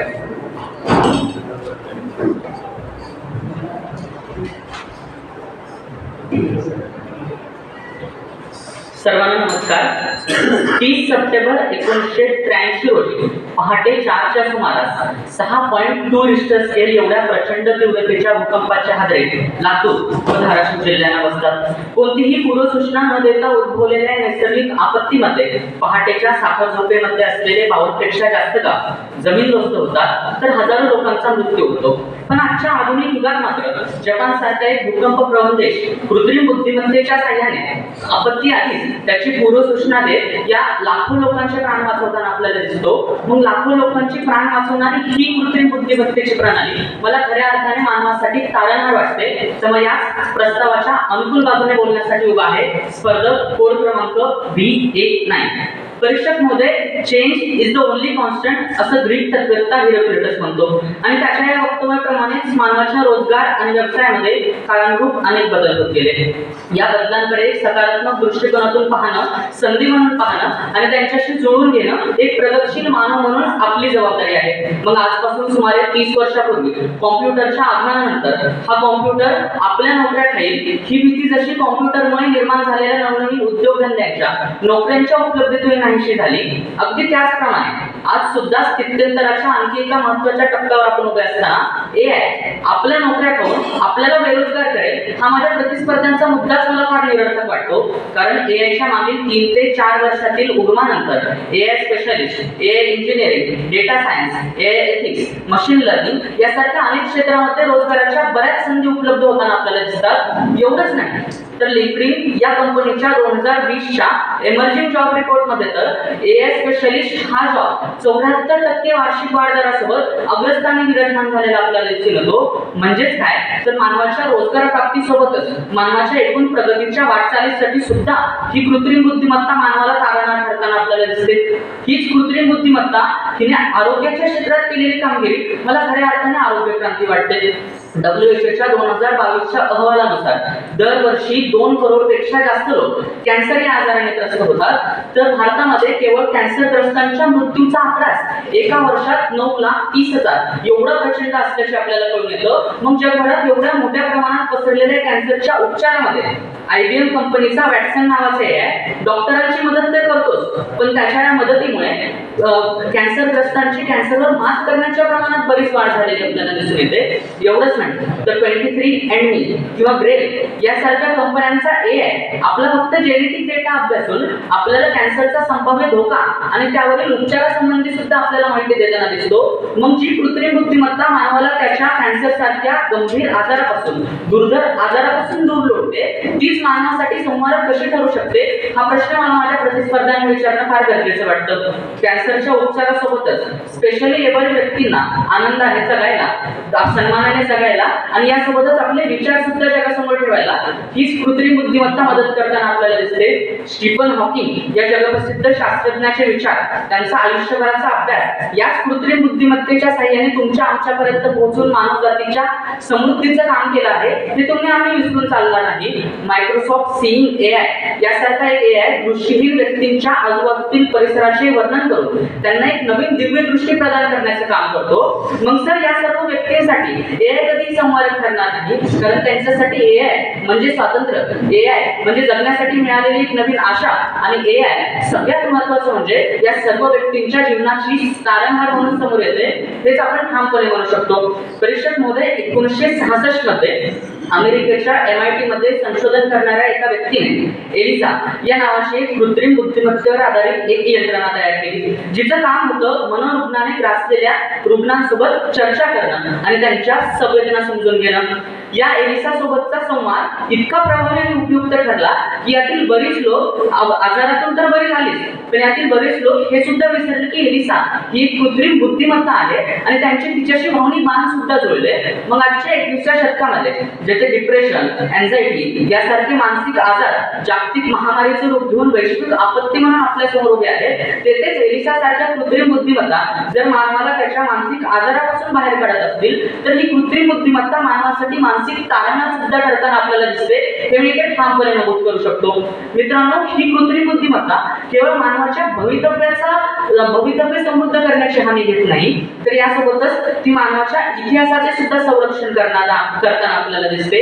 मग उपनिषद जीपीटी, चॅट जीपीटी, यासोबतच वैदिक सेज किंवा गीता जीपीटी यासारख्या विविध जीपीटी जेव्हा मानवाची प्राचीन भारतीय परंपरा जेव्हा सोप्या भाषेमध्ये जनसामान्यांपर्यंत पोहोचवायला लागतात ना, तेव्हा हीच कृत्रिम बुद्धिमत्तेची प्रणाली खऱ्या अर्थाने मला मानवासाठी बौद्धिक तारणहार सुद्धा वाटायला लागते. मग प्रस्तावाचा सारासार विचार करत असताना मेटा कंपनीचे संस्थापक आणि अध्यक्ष असलेले मार्क झुकरबर्ग 3 वर्षापूर्वी बोललेले विधान मला आठवतं, ज्यात ते म्हणतात की AI will be supplied to the human being. अर्थात एआय मानवाला पर्याय म्हणून समोर येईल आणि मानवाचीच जागा घेईल. पण आज 3 वर्षानंतर बोलताना हेच मार्क झुकरबर्ग स्वतःच्याच मुद्द्याचं खंडन करतात आणि म्हणतात AI will be supplementary to the human being. अर्थात एआय मानवाला पर्याय म्हणून समोर येणार नाही, तर मानवाच्या क्षमतांना नवे पंख देऊन त्याला एक नवीन आकाश मोकळं करेल. मग परीक्षक महोदय, या विश्वामध्ये एआयचा एक वैश्विक चेहरा बनलेले मार्क झुकरबर्ग जेव्हा एआय हा मानवजातीसाठी तारणहार आहे असं म्हणतात आणि माझे प्रतिस्पर्धी मित्र तरी सुद्धा याच कृत्रिम बुद्धिमत्तेला संवारक म्हणणार असतील, तर मला हे त्यांच्या तर्कशुद्ध बुद्धीचं अपयश वाटतं. तेव्हा या सर्वच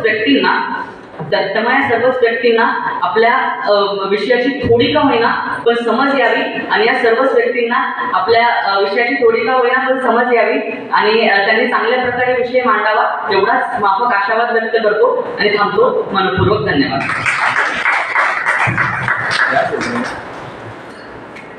धन्यवाद. कोड क्रमांक BB9 BB9.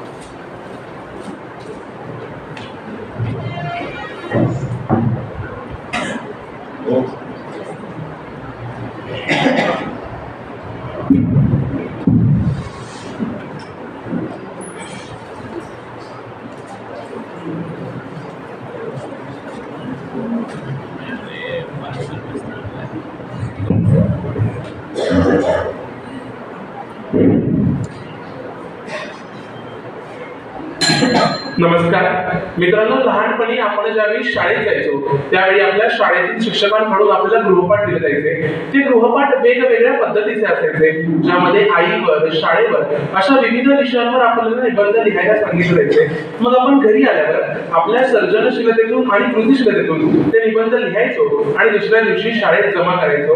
अर्थात त्या काळच्या विद्यार्थ्यांचा बौद्धिक विकास झालेला आपल्याला पाहायला मिळाला.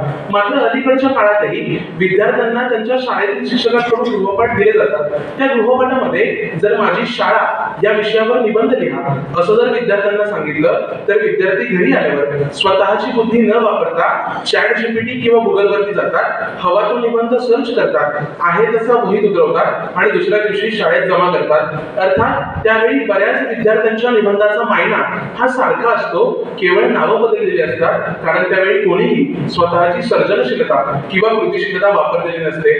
थोडक्यात काय, मानवाच्या सर्जनशीलतेला आणि कृतिशीलतेला हातबल होऊन आपलीच बुद्धिमत्ता आपल्यावर लादणारी ही कृत्रिम बुद्धिमत्ता मानवासाठी संहार करते. हे वरील उदाहरणातून अगदी सहजरित्या स्पष्ट होतंय. अगदी याच उदाहरणाची चिकित्सा आपल्या प्रस्तावाच्या माध्यमातून करण्यासाठी उभा आहे. नमस्कार, स्पर्धक सांकेतिक कोड क्रमांक BB9 प्रस्तावाची प्रतिकूल बाजू मांडतोय. मित्रांनो, प्रस्तावाला सुरुवात करत असतानाच एक साधी गोष्ट स्पष्ट करेल, ती म्हणजे ही कृत्रिम बुद्धिमत्ता मानवाने जरी विकसित केली असली तर देखील कृत्रिम बुद्धिमत्ता म्हणजे मानवी बुद्धिमत्ता नसून बनावट गोष्टींपासून विकसित केली गेलेली बौद्धिक क्षमता म्हणजे कृत्रिम बुद्धिमत्ता आहे. हे आपण सुरुवातीला समजून घ्यायला हवं. म्हणजे मानवाच्या उत्क्रांतीच्या सिद्धांतापासून ते यांत्रिकीकरणाच्या आविष्कारापर्यंत जे जे बदल झाले ते निर्यास स्वीकारून कृत्रिम बुद्धिमत्तेच्या क्रांतीपर्यंतचा प्रवास केला. मग याच कृत्रिम बुद्धिमत्तेच्या सहाय्याने आपण आपलं चांद्रयान चंद्राच्या दक्षिण ध्रुवावर पोहोचवलं. नैराश्यग्रस्त असलेल्या लोकांनी एआय चॅटबॉट सोबत संवाद साधून आपलं नैराश्य बाजूला सारलं. कृषीप्रधान असणारा आपला भारत देश आज एआय हरित क्रांतीकडे वाटचाल करतोय.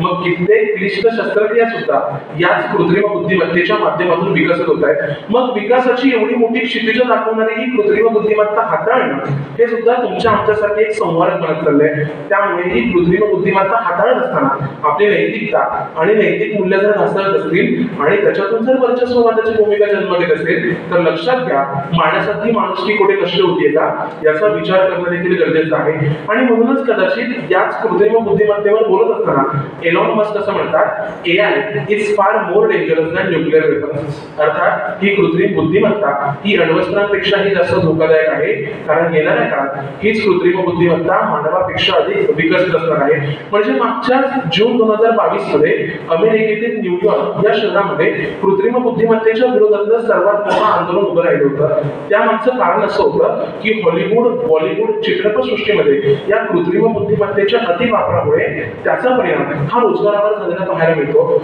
मग हा परिणाम केवळ सिनेसृष्टीसमोरच नाही तर तळागाळातील प्रत्येक नागरिकाला भेडसावणार आहे. पण आतापर्यंत बोलून गेलेल्या माझ्या काही स्पर्धक मित्रांनी याच कृत्रिम बुद्धिमत्तेच्या उदयापासून ते आतापर्यंत अनेक प्रकारच्या रोजगाराच्या संधी निर्माण झाल्या, अनेक प्रकारच्या नोकऱ्या आल्या, अशा प्रकारची भाकितं वर्तवली. पण मुळात किती नोकऱ्या आल्या यापेक्षा कितपत नोकऱ्या गेल्या याचा सारासार जर विचार त्यांनी केला असता तर मला वाटतं आज या मंचाच्या माध्यमातून त्यांना अशा प्रकारची भाकितं वर्तवता आली नसती. तर दुसरीकडे आपलं साहित्य क्षेत्र जे ज्ञानोबा, तुकोबा, कृष्णाचं बोल यांसारख्या माणसांनी समृद्ध केलंय.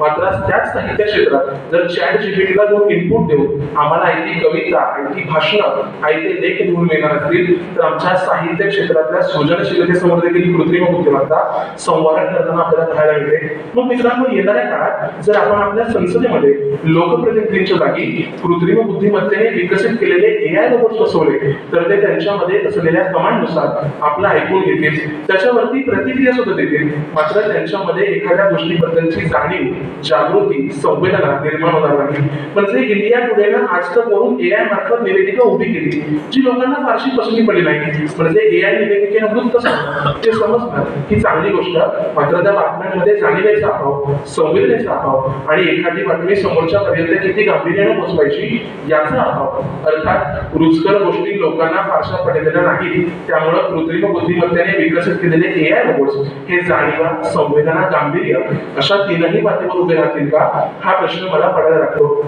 मग मित्रांनो, भारताला संपूर्ण जगामध्ये कृषी प्रधान देश म्हणून संबोधलं जातं. मात्र आज याच भारतात खाण्याची डोकी वाढत असल्यामुळे खाण्याची डिमांड शिगेला पोहोचली आहे. मग एवढ्या सगळ्या गोतावळ्याला खायला घालायचं कसं हा प्रश्न आहे. म्हणूनच आधी पोटोबा मग विठोबा ह्या मंदिरा डोळ्यासमोर ठेवून आता शेतात पिकवलं जाणारं अन्न हे कृत्रिम बुद्धिमत्तेच्या माध्यमातून पिकवलं जात आहे. म्हणजे काय, ज्या देशात आपला बाप त्याच्या स्वतःच्या बुद्धिमत्तेवर शेती करत होता, आज त्याच देशात कृत्रिम बुद्धिमत्तेचा झालेला शिरकाव हा खऱ्या अर्थानं मानवाच्या अस्मितेबरोबरच मानवाच्या बौद्धिकतेसाठी संवाद करताना आपल्याला पाहायला मिळतोय. मग सृजन, जिज्ञासा, नाविन्य अशा त्रिसूत्रीवर मानवानं अफाट प्रगती केली. मात्र मानवी बुद्धीने निर्माण केलेल्या वेगवेगळ्या आव्हानांना आपण कसे सामोरे जाणार हा प्रश्न आहे. म्हणजे आतापर्यंत बोलून गेलेल्या माझ्या कित्येक स्पर्धकांची गट ही आग रामेश्वराची आणि बंब सामेश्वराची अशी झालेली आपल्याला पाहायला मिळते. म्हणजे विषय काय, आपण बोलतोय काय त्याचं साधं आकलन त्यांना त्यांच्या विषयात आपल्याला पाहायला मिळत नाही. म्हणजे दुसरीकडे आताच काही वेळापूर्वी बोलून गेलेले माझे स्पर्धक मैत्री व्हॉट्सअप, फेसबुक, गुगल, ChatGPT यांसारख्या माध्यमातून त्यांची सुंदर सुंदर उदाहरणं तुमच्या आमच्या समोर मांडली. पण मुळात याच सगळ्या कृत्रिम बुद्धिमत्तेची यंत्रणा बनवणारी ही एक मानवी बुद्धिमत्ता आहे आणि तीच मानवी बुद्धिमत्तेची जागा घेण्याचं काम ही कृत्रिम बुद्धिमत्ता येणाऱ्या काळात करते. आणि त्याचबरोबर याच्या माध्यमातून निर्माण होणारे धोके हे ज्ञात असताना देखील जर तुम्ही अशा प्रकारची विधानं करत असाल तर खऱ्या अर्थानं मला त्यांच्या वैचारिकतेवरती प्रश्न निर्माण होताना पाहायला मिळतो. एकूणच विषयाचा शेवट करत असताना डार्विन त्याच्या एका सिद्धांतात सांगतो, सर्वायवल ऑफ द फिटेस्ट. अर्थात जो उत्कृष्ट आहे तो टिकणार आहे. त्यामुळे आपली मानवी बुद्धीच्या उगमापासून मानवी बुद्धिमत्ता ही उत्कृष्ट होती आहे आणि ती निशंकपणे राहणारच आहे. मात्र सद्यस्थितीला या कृत्रिम बुद्धिमत्तेच्या माध्यमातून मानवाच्या बौद्धिक आणि मानसिकतेला संवाद होताना पाहायला मिळतोय. अगदी याच प्रस्तावाच्या प्रतिकूल बाजूवर ठाम राहतो आणि कृत्रिम बुद्धिमत्तेच्या तारणहार तोडणाऱ्या माझ्या प्रतिस्पर्धी मित्रांना कवी नीलेश चव्हाण यांच्या शब्दात इतकंच, एक आदमी चलकर खाक हुआ, ये आग फैलने वाली है, एक टोली ऐसी भी है जो तेल डालने वाली है, घर में कुर्सी डाले चुपचाप ना बैठो तुम, सावधान हो जाओ तुम्हारी बस्ती जलने वाली है, सावधान हो जाओ तुम्हारी बस्ती जलने वाली है. मनपूर्वक आभार. पुढचा स्पर्धक कोड क्रमांक BA10 BA10 DB10 काय म्हणायचं.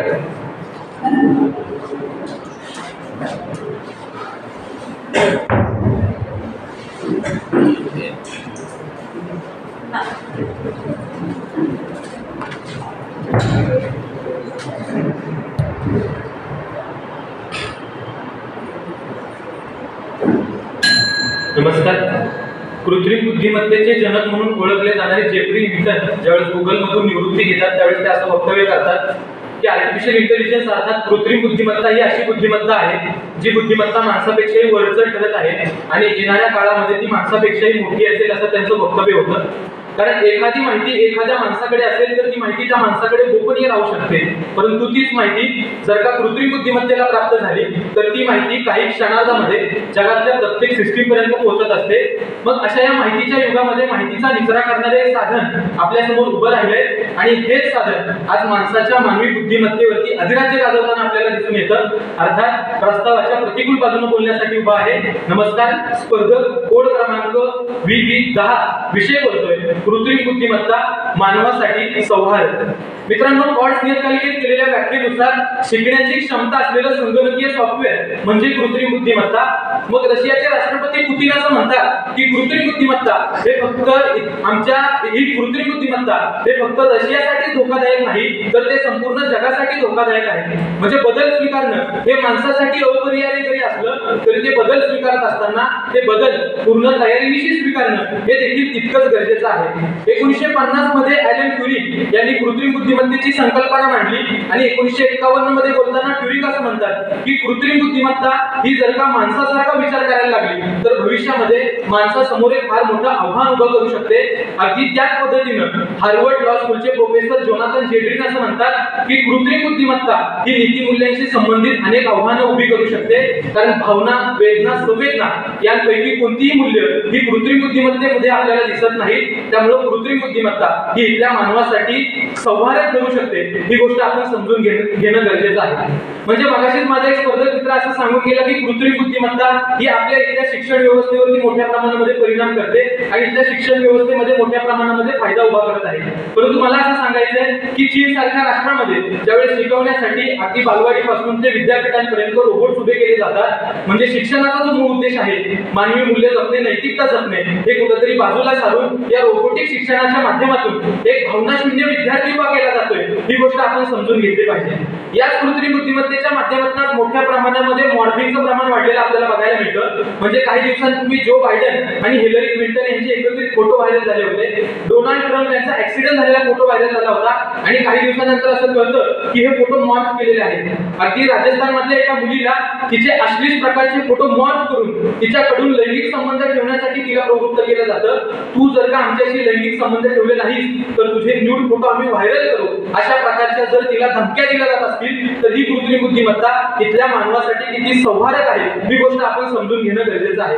अगदी अमेरिका सारख्या राष्ट्रामध्ये ज्यावेळेस या चॅटबॉट यंत्रणेच्या माध्यमातून कर्ज दिली जातात त्यावेळेस त्या राष्ट्रांमध्ये या चॅटबॉट यंत्रणेच्या माध्यमातून ज्यावेळेस कृष्णवर्णीयांना टाळून कर्ज दिली जातात त्यावेळेस या कृत्रिम बुद्धिमत्तेच्या माध्यमातून वर्णद्वेष आणि विषमता सुद्धा पसरू शकते किंवा पसरते आहे ही गोष्ट आपण समजून घेणं गरजेचं आहे. अगदी त्याच पद्धतीनं जपान सारख्या एका रिसर्च सेंटरमध्ये एक माणसाची जनुके आणि आर्टिफिशियल इंटेलिजन्स यांना एकत्रित करून एक रक्तविरहित संहार करणारा एक यंत्रमानव उभा केला जातो आणि ते मग भविष्यामध्ये समोरून येणारा माणूस आहे की तो यंत्रमानव आहे हे जर का आपल्याला कळणार नसेल तर मग ही कृत्रिम बुद्धिमत्ता इथल्या मानवासाठी किती मोठं संवाहक करत आहे ही गोष्ट आपण समजून घेणं गरजेचं आहे. म्हणजे एकंदरीत या सगळ्याच गोष्टींचा आपण विचार केल्यानंतर ही कृत्रिम बुद्धिमत्ता इथल्या मानवासमोर किती मोठं आव्हान निर्माण करते हे आपल्या लक्षामध्ये येतं. अगदी त्याच पद्धतीनं मगाशी जे स्पर्धक मित्र असं सांगून गेला की ही कृत्रिम बुद्धिमत्ता इथल्या कलाकारांसाठी मोठ्या प्रमाणामध्ये संधी उपलब्ध करून देते किंवा इथल्या कलाकारांचं काम हे अधिक हलकं करून देण्याचं काम करते. परंतु मला असं सांगायचंय की सोनी लिव्ह वरती वर्ल्ड फोटोग्राफी नावाचा एक इव्हेंट झाला होता आणि त्या इव्हेंटमध्ये जर्मनीतल्या एका कलाकाराला पहिल्या क्रमांकाचं बक्षीस मिळालं. परंतु ज्यावेळेस ते बक्षीस स्वीकारायचं होतं त्यावेळेस तो कलाकार असं म्हणतो की हे बक्षीस मी स्वीकारू शकत नाही कारण हे चित्र कृत्रिम बुद्धिमत्तेने काढलेलं आहे. म्हणजे कृत्रिम बुद्धिमत्तेने काढलेलं एखादं चित्र आपल्याला कळू सुद्धा नाही अशा प्रकारचा एक भ्रम जर आपल्या समोर निर्माण केला जात असेल तर मग ही कृत्रिम बुद्धिमत्ता इथल्या कलाकारांसाठी सुद्धा संवाहक ठरत आहे ही गोष्ट आपण समजून घेतली पाहिजे. अगदी त्याच पद्धतीनं मगाशी एक स्पर्धक असं सांगून गेला की इथली कृत्रिम बुद्धिमत्ता इथल्या साहित्यिकांचं साहित्य जपण्याचं काम करते. परंतु मला असं सांगायचंय की श्यामने मारलेली आईला आहात आणि त्यातून निर्माण झालेलं बालसाहित्य ते आज आपण ChatGPT वरती एखादा शब्द जरी टाईप केला तरी त्या शब्दाची आपल्याला कविता प्राप्त होते, त्या शब्दाचा आपल्याला लेख प्राप्त होतो. म्हणजे अशा प्रकारे इथल्या साहित्याच्या सृजनशीलतेसमोर सुद्धा या कृत्रिम बुद्धिमत्तेचं एक मोठं आव्हान उभं राहतंय. ही गोष्ट आपण समजून घेतली पाहिजे.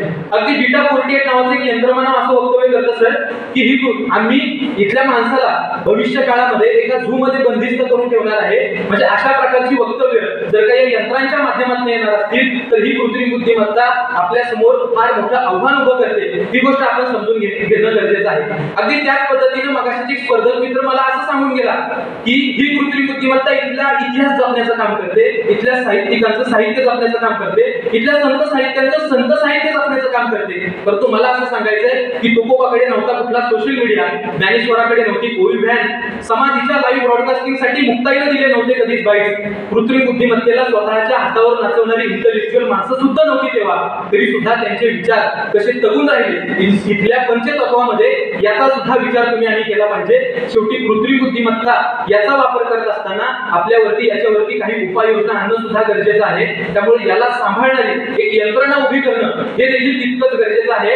कबीर असं म्हणतात की लोहाराच्या वस्तीमध्ये हिऱ्याला उडून चालत नाही. सध्याची माणसाची जी मानसिकता आहे ती तशीच झालेली आहे. कारण इथले स्पर्धक मित्र जर असं म्हणत असतील की AI हा जर का हिरा असेल तर त्या हिऱ्याला जपणे इतपत अजूनही आपल्या इथल्या माणसाची मानसिकता तयार झालेली नाही. त्यामुळं इथल्या AI ला जपण्यासाठी माणसाची मानसिकता जोपर्यंत तयार होत नाही तोपर्यंत कृत्रिम बुद्धिमत्ता ही माणसासाठी संहारक आहे. या माझ्या मतावरती मी ठाम राहतो आणि शेवटी कबीरांच्या शब्दांमध्ये म्हणतो की हिरा तहान खुलिये जहा कंजरों की घाट सहज गाठी बांध के चलो अपनी बाट. मनपूर्वक धन्यवाद. पुढील स्पर्धक आहे BA 11 BA 11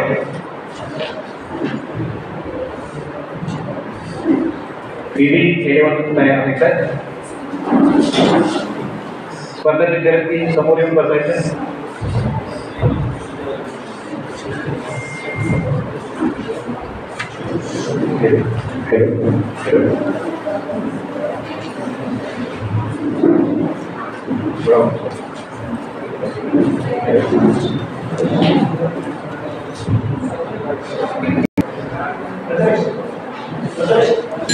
उपस्थित सर्वांनाच माझा मनपूर्वक नमस्कार. रसिक श्रोते हो, परिवर्तन हा निसर्गाचा नियमच आहे. अगदी या परिवर्तनाच्या ओघामध्ये मानवाने अनेक शोध लावले. मग ते अग्नीच्या शोधापासून ते विजेच्या शोधापर्यंत, रेल्वे इंजिनच्या शोधापासून ते विमानाच्या शोधापर्यंत, कृषी, तंत्रज्ञान, आरोग्य या अनेक शोध मानवाने लावले आणि त्यानंतर ही तंत्रज्ञान माणसासाठी तारणहार करताना तुम्हाला दिसू लागते. म्हणजे काय तर ज्यावेळेस माणूस चंद्रावर जातो तर चंद्रावर माणसं शोधण्यासाठी नाही तर चंद्रावर वास्तव करण्यासाठी आपल्याला जागा शोधता येईल का याच्यासाठी माणूस चंद्रावर जात असतो. जेव्हा माणूस मंगळावर जात असतो त्यावेळेस मंगळावरती आपल्याला काही शोधता येईल का याचं नाही तर मंगळावरती आपल्याला स्थलांतर करता येईल का याचा विचार करण्यासाठी माणूस जात असतो. तसंच ज्यावेळेस माणूस कृत्रिम बुद्धिमत्तेकडे पाहत असतो ना त्यावेळेस कृत्रिम बुद्धिमत्ता स्वतःच्या बुद्धिमत्तेला पर्याय नाही तर कृत्रिम बुद्धिमत्ता स्वतःच्या भविष्यासाठी आणि त्याच्या सोयी सुविधा सुखकर करण्यासाठी कृत्रिम बुद्धिमत्तेकडे पाहत असतो आणि त्यातून कृत्रिम बुद्धिमत्ता मानवाला अधिक सुख आणि सोयीस्कर सुविधा पुरवण्यासाठी मानव कृत्रिम बुद्धिमत्ता वापर करत असतो आणि कृत्रिम बुद्धिमत्तेमार्फत मानवाची प्रगती उद्याच्या मानवाला अधिक आधुनिकतेचा मानव बनवण्यासाठी त्याचा रस घोळवण्याचा प्रयत्न करत असतो आणि अगदी याच प्रामाणिक प्रयत्नाच्या बाजूने बोलण्यासाठी उभा आहे. नमस्कार, मी सर स्पर्धक BA 11 विषयाच्या आणि प्रस्तावाच्या बाजूने बोलण्यासाठी उभा आहे.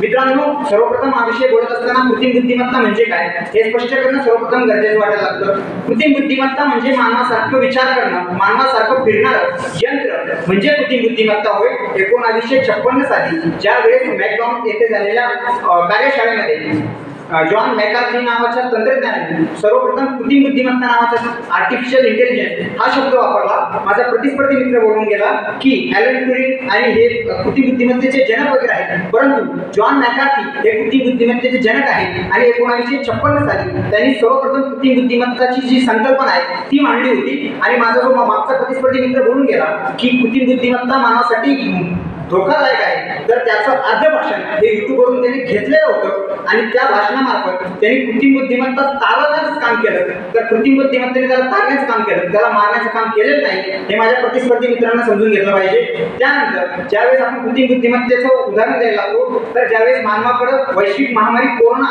मानवाकडे आला, त्यावेळेस या कोरोनामध्ये मानवाला तारण्याचं काम कृत्रिम बुद्धिमत्तेने केलं. DRDOच्या आत्मन AI टूलने सिटी स्कॅन MRI हे गावोगावी खेडोपाडी पोहोचवण्याचं काम केलं आणि त्यातून कोरोना चाचण्याचं निदान करून कोरोनावर मात करण्याचं काम केलं. तर दुसरीकडे लिंकिंग AI नावाच्या AI टूलने कोरोनाची गुंतागुंती अवघ्या 60 सेकंदाच्या विश्लेषणातून त्यावर इलाज करून कोरोना मरीजांना त्यावर काम करण्याचं काम केलं. म्हणजेच काय, तर कुठेतरी कोरोनामध्ये देखील मानवाला तारण्याचं काम कृत्रिम बुद्धिमत्तेने केलं. त्यानंतर एंजल नावाची नर्स ही जगभरात विख्यात झाली. त्या एंजल नावाच्या नर्सने कोरोना काळामध्ये कृत्रिम बुद्धिमत्तेच्या माध्यमातून रुग्णांना अन्न पाणी पुरवठा करण्याचं काम केलं आणि त्यांना तारण्याचं काम केलं. ही बाब देखील माझ्या प्रतिस्पर्धी मित्रांना समजून घेणं गरजेचं आहे. एवढंच काय, तर त्यानंतर कृत्रिम बुद्धिमत्ता आपत्ती व्यवस्थापनामध्ये देखील मानवासाठी तारक ठरू लागली आहे. काही दिवसांपूर्वी उत्तराखंडमध्ये सिरक्याला नावाच्या बोगद्यामध्ये 41 तरुण अडकले होते. त्या मजदूरांना अडकण्यासाठी ऑस्ट्रेलियन तंत्रज्ञानाला बोलावं लागलं. भारतातील NDRF असतील, SDRF असतील, हे तंत्रज्ञान त्यावेळेस अकार्यक्षम ठरत होते. त्यावेळेस ऑस्ट्रेलियन तंत्रज्ञानाने त्यांना तारण्याचं काम केलं. ऑपरेशन जिंदगी नावाचं अभियान राबवून AI आत सोडून त्या 41 तरुण रोजगारांना वाचवण्याचं काम कृत्रिम बुद्धिमत्तेने केलं. ही गोष्ट माझ्या प्रतिस्पर्धी मित्रांना समजून घेणे गरजेचं आहे. जगातील सर्वात खोल महासागर आहे पॅसिफिक आणि पॅसिफिकचा पट्टा म्हणजे अग्निकंकणाचा प्रदेश, ज्यामध्ये कायम भूकंप सुनामी येत असतात. मग ते जपान असेल, इंडोनेशिया असेल, तैवान असेल, या अशा देशांमध्ये कायम भूकंप येत असतात. तर कृत्रिम बुद्धिमत्तेने त्यांना काय केलं, तर कृत्रिम बुद्धिमत्तेने भूकंप येण्याअगोदरच त्यांना अलर्ट देण्याचं काम केलं आणि आपत्ती व्यवस्थापनामध्ये आधीच त्यांना अलर्ट देऊन त्यांना योग्य ती खबरदारी घेण्याचं काम कृत्रिम बुद्धिमत्तेने त्यामार्फत केलं. त्याच्यानंतर कृत्रिम बुद्धिमत्तेने बँकिंग क्षेत्रामध्ये असो, कृषी क्षेत्रामध्ये असो, अनेक AI टूल विकसित करून त्यांना मदत करण्याचं काम केलं. एवढंच काय, तर ज्यावेळेस आपल्याकडे सबलैंगिक असणारा ॲलन ट्युरिंग ज्यावेळेस कृत्रिम बुद्धिमत्तेच्या माध्यमातून जर्मनीची कोड लँग्वेज ब्रेक करतो, अमय आणि अभिरा नावाची 9 वर्षाची मुले ज्यावेळेस स्वतःचा उद्योग या AI कृत्रिम बुद्धिमत्तेच्या माध्यमातून विकसित करायला लागतात आणि जगभर विख्यात व्हायला लागतात, तर ते कशाच्या माध्यमातून, तर कृत्रिम बुद्धिमत्तेच्या माध्यमातून.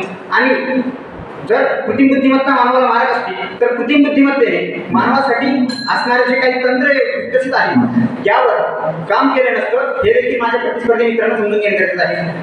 माझा एक प्रतिस्पर्धी मित्र बोलून गेला की इंडिया टुडेची अँकर सना ही मानवाने जे काही केलं होतं त्यासाठी पुरत नव्हती, परंतु त्या इंडिया टुडेच्या सना अँकरला जागतिक लेवलचा मीडिया पुरस्कार मिळालेला आहे, हे तो विसरला असेल कदाचित. आणि दुसरा प्रतिस्पर्धी मित्र बोलून गेला की मानवासाठी कृत्रिम बुद्धिमत्ता रोजगार मारण्याचं काम करत आहे, परंतु टाटा सन्सचे अध्यक्ष चंद्रशेखरन यांच्यामध्ये कृत्रिम बुद्धिमत्ता मानवाचे रोजगार हिसकावत नसून तर त्यांचे रोजगार मिळवण्याचं काम करून देते. सॉफ्टवेअर इंजिनिअरिंग असेल, AI टूल संशोधक असतील, असे अनेक रोजगार कृत्रिम बुद्धिमत्तेमार्फत तयार झाले असून ते मानवाला तारण्याचंच काम करत आहेत. तेवढंच काय, तर त्याही पुढे जाऊन कृत्रिम बुद्धिमत्तेने मानवासाठी तयार केलेले जे काही ChatGPT आहेत, तर हे ChatGPT माझा एक प्रतिस्पर्धी मित्र होऊन गेला की ChatGPT हे मानवाला आळशी बनवण्याचं काम करत आहे, परंतु त्या ChatGPTला सांगावं लागतं की मला एवढ्या शब्दांचा निबंध हवा आहे आणि कशाशी संबंधित आणि कुणासाठी हवा आहे हे देखील ChatGPTला सांगावं लागतं. तेव्हाच तो निबंध तू द्यावा लागतो. म्हणजे काय, तर ChatGPTवर मानव हा पूर्णतः निर्भर नाही आणि कृत्रिम बुद्धिमत्तेवर नाही, कारण की कृत्रिम बुद्धिमत्ता ही कोणत्या ना कोणत्या इंधनावर चालत असते. मग ती पेट्रोल असो, डिझेल असो, वीज असो. जर का आपण त्याचं कंट्रोल बंद करण्याचं काम केलं तर ती कृत्रिम बुद्धिमत्ता तिथेच बंद करण्याचं काम करते. रोबोट चित्रपटामध्ये दाखवलेल्या चिठ्ठी, या चिठ्ठीमध्ये ज्यावेळेस चिप इन्सर्ट केली होती त्याच वेळेस तो काम करत होता आणि त्याची चिप काढण्याचं काम केलं तर तो शांत देखील पडत होता. तर ही चिप काढण्याचं काम हे मानवाच्या हातामध्ये आहे आणि योग्य ती जबाबदारी घेऊन मानव त्याचा योग्य वापर करून नक्कीच मानवाला शाश्वत विकास साधण्याचं काम होईल. एवढाच माफक अशा व्यक्त करतो, थांबतो मनपूर्वक. धन्यवाद. पुढील स्पर्धक आहे PB11, PB11. PB11 हॅलो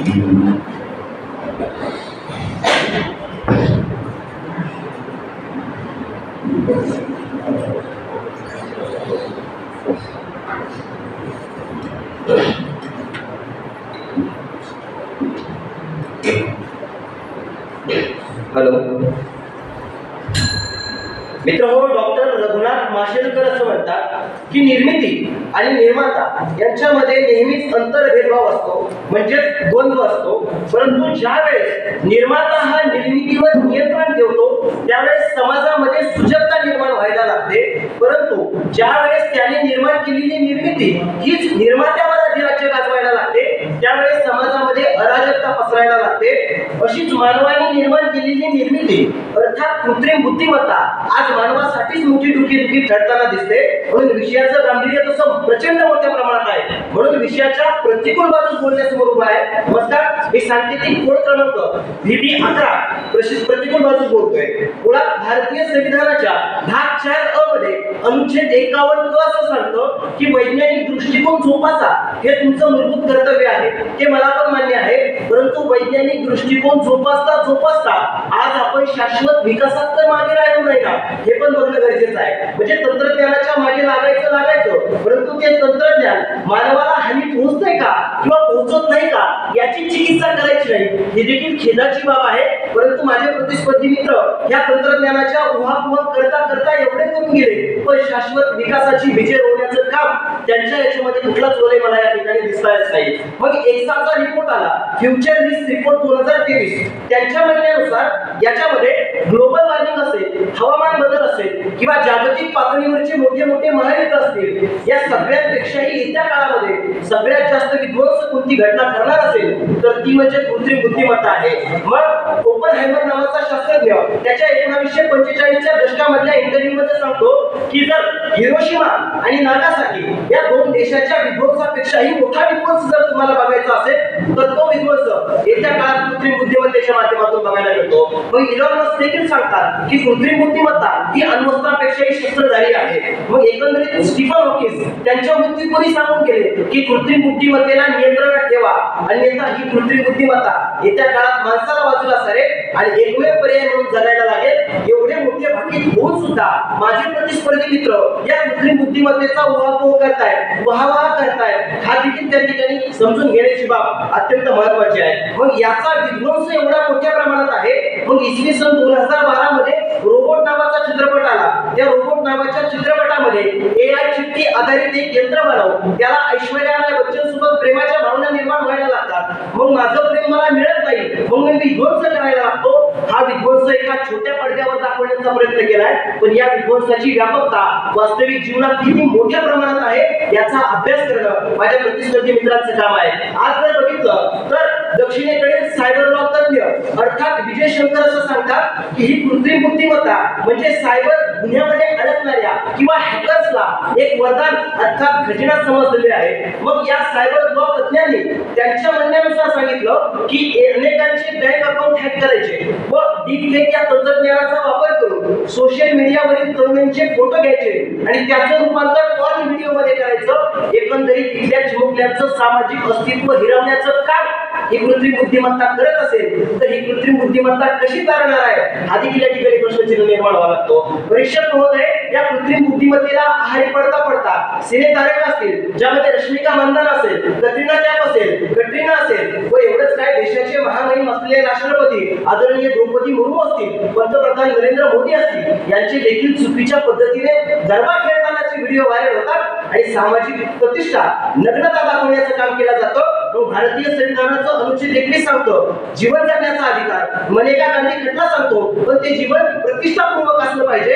परंतु आमच्या प्रतिष्ठेला थेट पोहोचवण्याचं काम जर ही कृत्रिम बुद्धिमत्ता करणार असेल तर माणसाच्या प्रतिष्ठेचा प्रश्न निर्माण व्हायला लागतो. ही बाब माझ्या प्रतिस्पर्धी मित्रांनी समजून घेणं गरजेचं आहे. सर, उत्तर कोरिया असेल, जपान असेल, चायना असेल, इस्रायल असेल किंवा तैवान सारखा छोटा देश देखील या AI टूलला आर्मीमध्ये समाविष्ट करण्याचा प्रयत्न करतोय. म्हणजेच काय, नरसंहार करणं, रक्तपात करणं हे तुझं अंतिम ध्येय आहे असं त्याच्या मनामध्ये भिजवलं जातं. एकंदरीत मग याच्यामुळे होतं काय तर येत्या काळामध्ये अगोदरच आमच्या व्यवस्थेमध्ये नक्षलवाद, माओवाद आणि दहशतवाद प्रचंड मोठ्या प्रमाणात वाढत आहे. म्हणजे खूप दिवसेंदिवस जळतंय, पाकिस्तान अटॅक करतंय, चायनाकडून भीती आहे. मग अशा तंत्रज्ञान येत्या काळात सैनिक दलामध्ये वापर होणारे असतील तर आम्ही याच्या विरोधात कुठल्याही व्यवस्थेकडे भीक मागावी हा देखील प्रश्नचिन्ह या ठिकाणी निर्माण व्हायला लागतो. मग परीक्षक महोदय प्रश्न देखील हाच करतोय की सानेगुरुजी असतील किंवा आपल्या भारतीय व्यवस्थेमध्ये गुरु शिष्याची परंपरा अनन्यसाधारण महत्वाची आहे. मग प्राचीन काळापासून आर्य चाणक्य असतील किंवा द्रोणाचार्य असतील किंवा आजचे सानेगुरुजी असतील या सगळ्यांनी विद्यार्थ्याच्या मनामध्ये भावना, नैतिकता रुजवण्याचं काम केलं. परंतु येत्या काळामध्ये शाळा जर कृत्रिम बुद्धिमत्ता युक्त झाल्या, रोजगार तर जातीलच, परंतु विद्यार्थ्याच्या अंगी नैतिकता कोण रुजवण्याचं काम करेल? ज्याच्या माध्यमातून आमच्या विद्यार्थ्याच्या अंगी प्रेम, मया, दया, करुणा, जिव्हाळा, आपुलकी यासारख्या मानवी भावनाच राहणार नाही. आणि विद्यार्थ्यांचं जीवन भावना शून्य झालं तर विद्यार्थ्याच्या जीवनाला अर्थच राहणार नाही. जर विद्यार्थ्याच्या जीवनाला अर्थ नाही तर मग कृत्रिम बुद्धिमत्ता तारणहार कशी ठरू शकते असे झाले. माझ्या प्रतिस्पर्धी मित्रांची गत अशी झाली की गुंतुनी गुंत्यात साऱ्या पाय माझा मोकळा, रंगुनी रंगात साऱ्या रंग माझा वेगळा, खोटं बोला पण रेटून बोला. मग त्यांच्या जे तारणहार म्हणण्यात कुठलाही तार्किक भाग नाहीये. ज्या गोष्टीला तर्काचा पाया असतो त्या गोष्टी अविश्वास पात्र असतात आणि ज्या गोष्टीवर विश्वासच नाही त्या गोष्टी तारणहार कशा करणार हा देखील साधा प्रश्न या ठिकाणी निर्माण व्हायला लागतो. मग ही कृत्रिम बुद्धिमत्ता माणूस कोण आहे हे सांगेल पण माणसाच्या अंगी असलेली माणुसकी सांगणार नाही. ही कृत्रिम बुद्धिमत्ता फुल कशाचा आहे सांगेल पण फुलाचा सुगंध सांगणार नाही. ही कृत्रिम बुद्धिमत्ता तुम्हाला पदार्थ कोणता आहे सांगेल पण या पदार्थाच्या अंगी चव असलेली कोणती हे कधीच सांगू शकत नाही. मग भारताला 15 ऑगस्ट 1947 ला इंग्रजांकडून स्वातंत्र्यातून स्वातंत्र्य मिळालं. 1857 किंवा अनेक क्रांतिकारकांनी, शूरवीरांनी रक्ताचा सडा साठून भारताला स्वातंत्र्य मिळवले. पण येत्या काळात कृत्रिम बुद्धिमत्तेने स्वातंत्र्य आणलं तर परत स्वातंत्र्य युद्ध घडतील आणि स्वातंत्र्य युद्धासाठी तुम्हाला आम्हाला झगडावं लागेल. ही वेळ येत्या काळात येऊ नये. माझ्या प्रतिस्पर्धी मित्रांनी त्यांचा तार्किकपणा या ठिकाणी चिकित्सा केली पाहिजे. आणि सरतेशेवटी फक्त एवढंच, आलो तेव्हाही काम, जातो तेव्हाही काम. ही कृत्रिम बुद्धिमत्ता आमच्या देशातलं निरपेक्ष दारिद्र्य वाढवते. निरपेक्ष दारिद्र्य म्हणजे त्याला ना काम ना कामाला दाम अशी अवस्था निर्माण होते. म्हणजे आमच्या उदरनिर्वाहाचा प्रश्न होतो. हा प्रश्न येत्या काळात निर्माण होऊ नये एवढाच माफक आशावाद व्यक्त करतो आणि थांबतो. मनपूर्वक आभार. पुढील स्पर्धक आहे V12.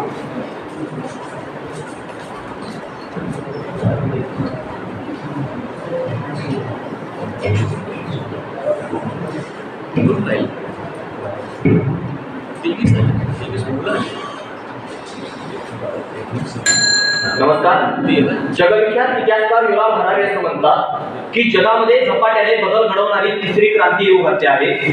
मानवी इतिहासात सर्वप्रथम शेतीची क्रांती घडली. या क्रांतीनं रानटी माणसाचं टोळी आणि स्थिर समाजामध्ये रूपांतर केलं. पुढे कुटुंब संस्था, विवाह संस्था, संस्कृती, परंपरा आणि नातेसंबंध जन्माला आली. यानंतर वैज्ञानिक क्रांती घडली. या वैज्ञानिक क्रांतीनं मानवी जीवनामध्ये अमूलाग्र बदल घडवून आणले. याच वैज्ञानिक क्रांतीनं तंत्रज्ञानाचा शोध लावला आणि तंत्रज्ञानाचा विकास केला. तंत्रज्ञानामुळे मानवाला वसाहतवाद आणि साम्राज्यवादाच्या जोखड्यातून सुटण्यासाठी सगळ्यात मोठी मदत झाली. परंतु आता याच मानवासमोर तिसरी क्रांती येऊ घातली आहे. ज्या क्रांतीला शेतीच्या क्रांतीनं जन्माला घातलेल्या आणि वैज्ञानिक क्रांतीनं शोधलेल्या प्रत्येक गोष्टीची शक्तीस्थळ आणि पाळेमुळे माहिती आहे. ज्या क्रांतीतील उपकरणांना स्वतःची बुद्धी आहे, जे मानवाप्रमाणे विचार आणि कृती करू शकतात. ज्याप्रमाणे शेतीच्या क्रांतीनं आणि वैज्ञानिक क्रांतीनं जगभरामध्ये माणसाचं जीवन सुखकर बनवून विकासाला प्राधान्य दिलं. अगदी त्याचप्रमाणे मानवाच्या जीवनामध्ये आवश्यक असणारं शिक्षण, आरोग्य, रोजगार, व्यवसाय, शेती अशा प्रत्येक क्षेत्रामध्ये मानवाचं जीवन अधिक सुखकर बनवण्याचं काम ही तिसरी क्रांती करणार आहे. ती क्रांती म्हणजे कृत्रिम बुद्धिमत्तेची क्रांती. मुळात एखाद्या तंत्रज्ञानाचा उपयोग किती सकारात्मक आणि किती नकारात्मक केला गेलाय यावरती त्याचे दुष्परिणाम अवलंबून असतात. मानवानं जरी तंत्रज्ञान विकसित केलं असलं तरी त्याचा उपयोग हा शोधक बुद्धीने झाला पाहिजे. कारण संत तुकाराम महाराज असं म्हणतात की सोनियाचा कळस माझी भरीला सुराग असत, मृतिकेचा घट माझी अमृताचा साठ. म्हणजे सोन्याच्या कळसामध्ये दारू आहे आणि मातीच्या कळसामध्ये मात्र अमृत आहे. काय घ्यायचंय ते आपण आपलं ठरवायचं असतं. परंतु सोनं पाहण्याच्या मुळामध्ये माझे प्रतिस्पर्धी मित्र मात्र अमृत विसरायला लागतात आणि मग त्यांच्या बुद्धिमत्तेमध्ये कृत्रिम बुद्धिमत्तेबद्दल नकारात्मक विचार यायला लागतात. त्या नकारात्मक विचारांना सकारात्मक दृष्टिकोनातून उत्तर देण्यासाठी मी स्पर्धक कोड क्रमांक VA12 आपल्या समोर अनुकूल बाजू म्हणजे कृत्रिम बुद्धिमत्ता मानवासाठी तारणा या विषयावरती मत मांडतोय. सर, आज कृत्रिम बुद्धिमत्तेला जगामधील प्रत्येक क्षेत्रामध्ये प्रवेश केला असला तरी एखादं यंत्र मानवासारखं वागणं हे केवळ अशक्य आहे असा दावा अनेक संशोधकांनी केलेला आपल्याला पाहायला मिळतो. 17व्या शतकातला लेखक जॉन्सन स्विफ्ट हा त्याची प्रसिद्ध कादंबरी गलिवर्स ट्रॅव्हल्स मध्ये कॉम्प्युटरवरच्याच एका उपकरणाबाबत उल्लेख करतो आणि ह्या उपकरणाचा उल्लेख करत असताना त्याला द इंजिन असं नाव देतो. या इंजिन मागची संकल्पना देखील अगदी कृत्रिम बुद्धिमत्तेसारखीच असते, परंतु यंत्र आणि मानव यांच्यामध्ये खूप मोठा फरक आहे. कारण रेने डेकार्ट असं म्हणायला लागतात की मी विचार करतोय म्हणून मी आहे, म्हणजे माणूस आणि माणसाचं विचार करणं ह्या दोन गोष्टी कधीच वेगळ्या केल्या जाऊ शकणार नाही. याचं कारण माणसामध्ये असणारी वैचारिक क्षमता ही त्याचं जिवंत असण्याचं सगळ्यात मोठं उदाहरण आहे. मानवामध्ये असणाऱ्या भावना, सृजनशीलता, नैतिकता, तर्क हे मूल्य कधीच एखाद्या यंत्रामध्ये उतरू शकणार नाही. ही गोष्ट माझ्या प्रतिस्पर्धी मित्रांनी सर्वप्रथम लक्षात घेतली पाहिजे. मुळात कृत्रिम बुद्धिमत्ता मानवासाठी तारणहार असं म्हणत असताना तारणहार या शब्दाचा अर्थ समजून घेणं महत्त्वाचं वाटतं. एखाद्या व्यक्तीला एखाद्या संकटापासून किंवा धोक्यापासून वाचवणारा त्या व्यक्तीसाठी तारणहार असतो. मग मानवासमोर भविष्यामध्ये येऊ घालणाऱ्या आव्हानांपासून, संकटांपासून वाचवण्यासाठी कृत्रिम बुद्धिमत्ता मानवासाठी कशा पद्धतीनं तारणहार करणार आहे हे या ठिकाणी स्पष्ट करणं महत्त्वाचं वाटतं. आपण पाहतोय आपल्या जगाची लोकसंख्या ही 800 कोटीपर्यंत जाऊन पोहोचली. येत्या कालखंडात 2050 पर्यंत ही लोकसंख्या 1000 कोटीचं दर गाठेल आणि मग अशा वेळेस इतक्या साऱ्या लोकांना राहण्यासाठी प्रचंड मोठ्या इमारती उभ्या राहतील, प्रचंड मोठे रस्ते निर्माण होतील, परंतु अशा कालखंडात पोटाची भूक भागवणारी शेतजमीन मात्र कमी पडायला लागेल आणि मग अशा वेळेस आहे त्या जमिनीमध्ये चांगलं आणि उत्कृष्ट दर्जाचं पीक देऊन जास्तीत जास्त उत्पादन घेणं ही त्यावेळेस काळाची गरज बनायला लागेल आणि त्यावेळेस इथल्या मानवासाठी आणि इथल्या शेतीसाठी कृत्रिम बुद्धिमत्ता तारणहार करणार आहे. म्हणजे इंग्लंडमधील हार्पर युनिव्हर्सिटी तिथल्या हँड फ्री हेक्टर या प्रयोगाच्या माध्यमातून मनुष्यविरहित शेती करते आणि तो प्रयोग सक्सेस देखील होतो. म्हणजे अगदी बियाणं पेरण्यापासून तर कापणीपर्यंत सगळी कामं कृत्रिम बुद्धिमत्तेचा साधन असणारं तिथले AI चे उपकरण करायला लागतात आणि ती शेती यशस्वी देखील व्हायला लागते आणि त्या शेतीमध्ये 4.5 टन बार्लीचं उत्पादन झालेलं आपल्याला पाहायला मिळतं. म्हणजे जपान, चीन, दक्षिण कोरिया अशा अनेक देशांमध्ये आज शेतामध्ये फवारणी करण्यासाठी ड्रोनचा वापर केला जातोय. म्हणजे जी फवारणी करण्यासाठी शेतकऱ्यांना 10 तासाचा कालखंड लागणार आहे तोच कालखंड अगदी 2 ते 3 मिनिटांपर्यंत येऊन पोहोचायला लागतो. त्यावेळेस कृत्रिम बुद्धिमत्ता इथल्या शेतीसाठी आणि मानवासाठी कशा पद्धतीने तारणहार करते ते तुमच्या आमच्या लक्षात यायला लागतं. हीच कृत्रिम बुद्धिमत्ता आज जगातल्या आरोग्य क्षेत्रामध्ये सुद्धा आमूलाग्र बदल घडवून आणताना तुम्हाला आम्हाला पाहायला मिळते. म्हणजे रुग्णांचं मेडिकल रेकॉर्ड ठेवणं रिसर्च पेपरचा केवळ साठा नाही तर त्या रिसर्च पेपर्स मध्ये वर्गीकरण, अनालिसिस करणं अशा सर्व गोष्टींमध्ये खूप वेळ जात होता. परंतु AI टूल्समुळे आता ह्या सर्व गोष्टी साध्या आणि सोप्या झाल्या आहेत. मुळात पूर्वी अमेरिकेमध्ये केवळ योग्य उपचार मिळाला नाही म्हणून 98,000 रुग्णांचा दरवर्षी मृत्यू होत होता, परंतु कृत्रिम बुद्धिमत्तेचा आरोग्य क्षेत्रामधील सहभाग पाहता आता हे प्रमाण कमी झालेलं पाहायला मिळायला लागतंय. सर, आजही आपण पाहतो की कृत्रिम बुद्धिमत्तेमुळे महिलांमध्ये जो स्तनाचा कॅन्सर होतो त्या स्तनाचा कॅन्सर निर्माण होण्यापूर्वी 4 वर्षांपूर्वीच हे निदान कृत्रिम बुद्धिमत्तेनं केलं होतं. अर्थात इतकं सारं होत असताना देखील कृत्रिम बुद्धिमत्ता मानवासाठी तारणहार का नाही हा प्रश्न मला माझ्या प्रतिस्पर्धी मित्रांना करावा वाटतो. सर, एक प्रतिस्पर्धी मित्र येऊन बोलला की कृत्रिम बुद्धिमत्तेमुळे सृष्टीवरील मानव प्रजातीचं अस्तित्व नष्ट व्हायला लागेल, परंतु त्यानं एक गोष्ट लक्षात घेतली पाहिजे. त्यानं ते उदाहरण देत असताना काही चित्रपटांचा आढावा दिला आणि रॉबर्टची उदाहरणं सांगितली. त्याने एक गोष्ट लक्षात घेतली पाहिजे की मानव प्रजाती ज्या वेळेस आम्ही आमच्या सृष्टीचा विचार करायला लागतो त्यावेळेस मानव आणि ज्यावेळेस आम्ही कृत्रिम बुद्धिमत्तेचा विचार करायला लागतो त्यावेळेस रॉबर्ट म्हणजे कृत्रिम बुद्धिमत्ता नाहीये, तर रॉबर्ट हे कृत्रिम बुद्धिमत्तेचा एक छोटासा भाग आहे आणि चित्रपट आणि वास्तव यांच्यामध्ये खूप मोठा फरक असतो. एक प्रतिस्पर्धी मित्र असं देखील बोलून गेला की कृत्रिम बुद्धिमत्तेमुळे रोजगारासारखा आव्हान निर्माण होईल. सर, आम्ही पाहिलंय ज्या वेळेस आम्ही एक नवीन तंत्रज्ञान निर्माण केलं त्याच वेळेस मानवासमोर सगळ्यात मोठं आव्हान जर कुठलं निर्माण झालं असेल तर ते रोजगाराचं निर्माण झालं होतं. परंतु भविष्यात त्याच तंत्रज्ञानाने मानवाला अनेक प्रकारचे रोजगार उपलब्ध करून दिले. म्हणजे ज्या वेळेस स्मार्टफोन बाजारामध्ये आले त्यावेळेस टेलिव्हिजनवाल्यांच्या नोकऱ्या जातील असा प्रश्न निर्माण होत होता. त्यांच्या नोकऱ्या गेल्या असल्या तरी स्मार्टफोननी त्याच्या कितीतरी पट जास्त नोकऱ्या या ठिकाणी उपलब्ध करून दिल्या. ही गोष्ट सुद्धा आपल्याला नाकारून चालणार नाही. मानवासमोर आतापर्यंत अनेक प्रकारची आव्हानं निर्माण झाली असली तरी त्या आव्हानांना थारा देऊन मानवानं अनेक त्या समस्यांचे उपाय ढूंढलेले आपल्याला पाहायला मिळतात. कारण माणसाकडं सृजनशीलता ही निसर्गातून मिळालेलं वरदान आहे आणि हे वरदान खऱ्या अर्थानं तुम्ही आम्ही टिकून ठेवू आणि कृत्रिम बुद्धिमत्तेचा चांगल्या पद्धतीने उपयोग करू. एवढाच मापकाशावर मनपूर्वक धन्यवाद. धन्यवाद. पुढील स्पर्धक आहे पीबी 12 पीबी 12.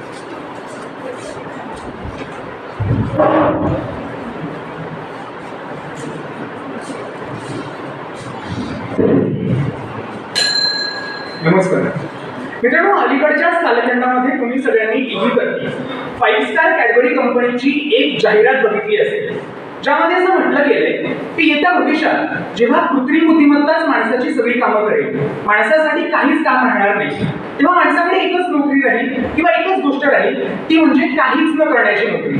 आणि म्हणून ईट 5 स्टार डू नथिंग किंवा कभी कुछ ना करके भी देखो म्हणत ही काहीच न करण्याची कला शिकण्यासाठी या जाहिरातीतून आपल्याला प्रेरित केलं जात आहे. आणि ज्यांना हे जड जात असेल त्यांच्यासाठी याच 5 स्टार कॅडबरी कंपनीनं मुंबईमध्ये नथिंग युनिव्हर्सिटी नावाचे विद्यापीठ स्थापन केलंय, जिथे ही काहीच न करण्याची कला शिकवणारे अनेक कोर्सेस उपलब्ध आहेत. तुम्ही तिथून ही कला आत्मसात करू शकता.